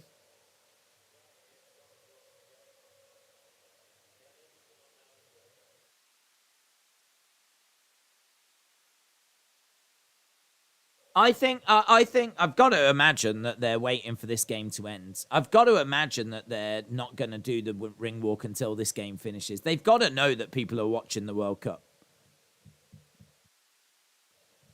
Ball being launched forwards. I would imagine Tyson Fury right now is probably hoping Australia don't score. 7 added minutes. 7 added minutes. Come on, Australia. Come on, do it. Do it for Skippy. Do it for Skippy. Do it for Steve Irwin. Do it for Crocodile Dundee. Do it for Dame Edna Everage. Do it for Kylie Minogue. Do it for Neighbours. Do it for Home and Away. Do it for Hugh Jackman. Do it for Nicole Kidman. Do it for Tom Hanks. Do it for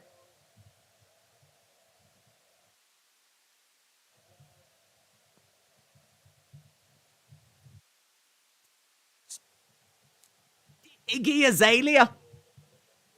I think that's true, actually. I think she is, you know. I don't even know. Wow. I had to dig deep for that one. I don't even know where that one came from.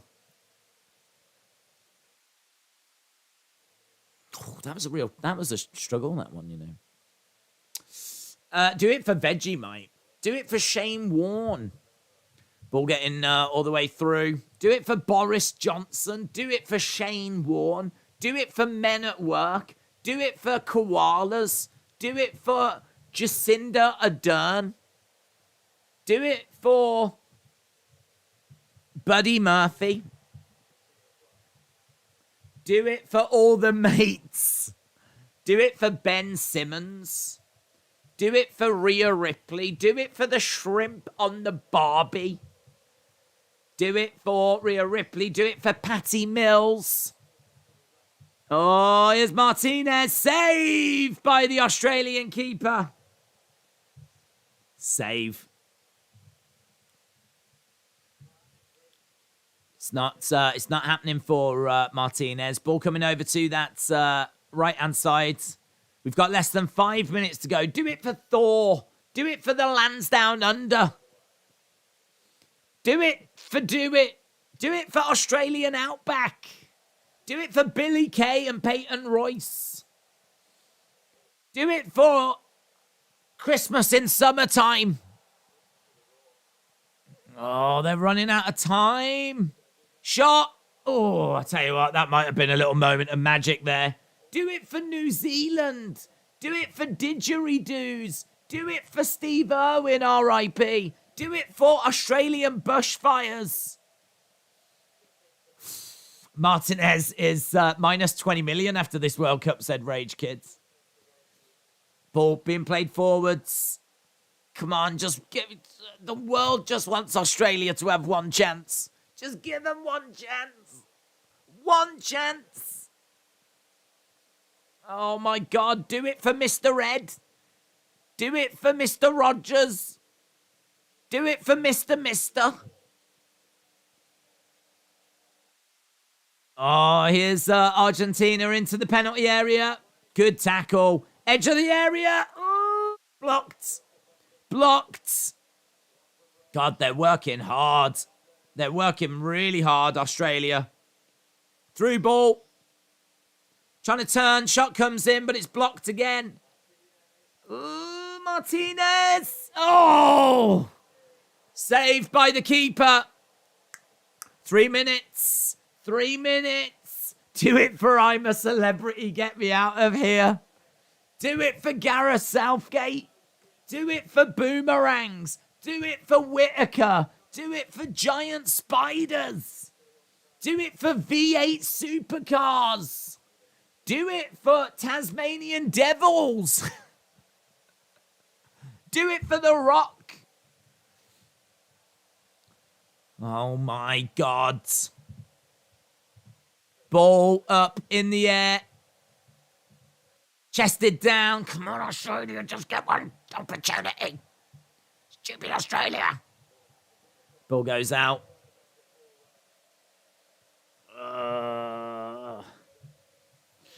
Do it for Sydney Opera House. Do it for baby boomers. Do it for the Great Barrier Reef. Why is no one thinking of the Great Barrier Reef? You've got 2 minutes to do it for the Great Barrier Reef. GBR, GBR, GBR. Ball goes all the way back to the keeper. Oh my God. Launching it forwards. Trying to keep it in play. Keeps it in play. It's knocked on. It's cleared by Argentina. Please give Australia a penalty. I know. Just give them one. Just give them one. They don't even need to earn it. Just give them one. Come on, Australia. Do it for Messi. Do it for Argentina. Oof. Brought down. It's the old up and under. It's the old up and under. It's bouncing around. Have a shot. Have a shot. You can't score if you don't have a shot. Stupid Australia. Oh, but it's to the back post. It's up in the air. Argentina are living a charmed life. Ball whipped into the middle. It's headed clear. It's not happening, is it? Nice. Nice. They've got a chance. Whipped back in. Falls. Oh, my God. Turns. Oh, my God. That was it. That was it. That was the chance. That was the chance. Oh, my God. Oh, my God. That was the chance. No, he turns. Oh, it's a great save. It's a great save from the keeper. Oh, my God. They all just dive on top of him. Oh, that was the chance. That was the chance. Do it for Nike.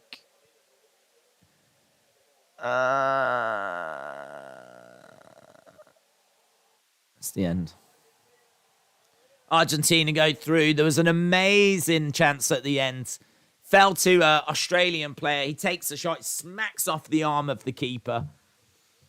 Heartbreak. This is heartbreaking, says Range Kid. I'm heartbroken.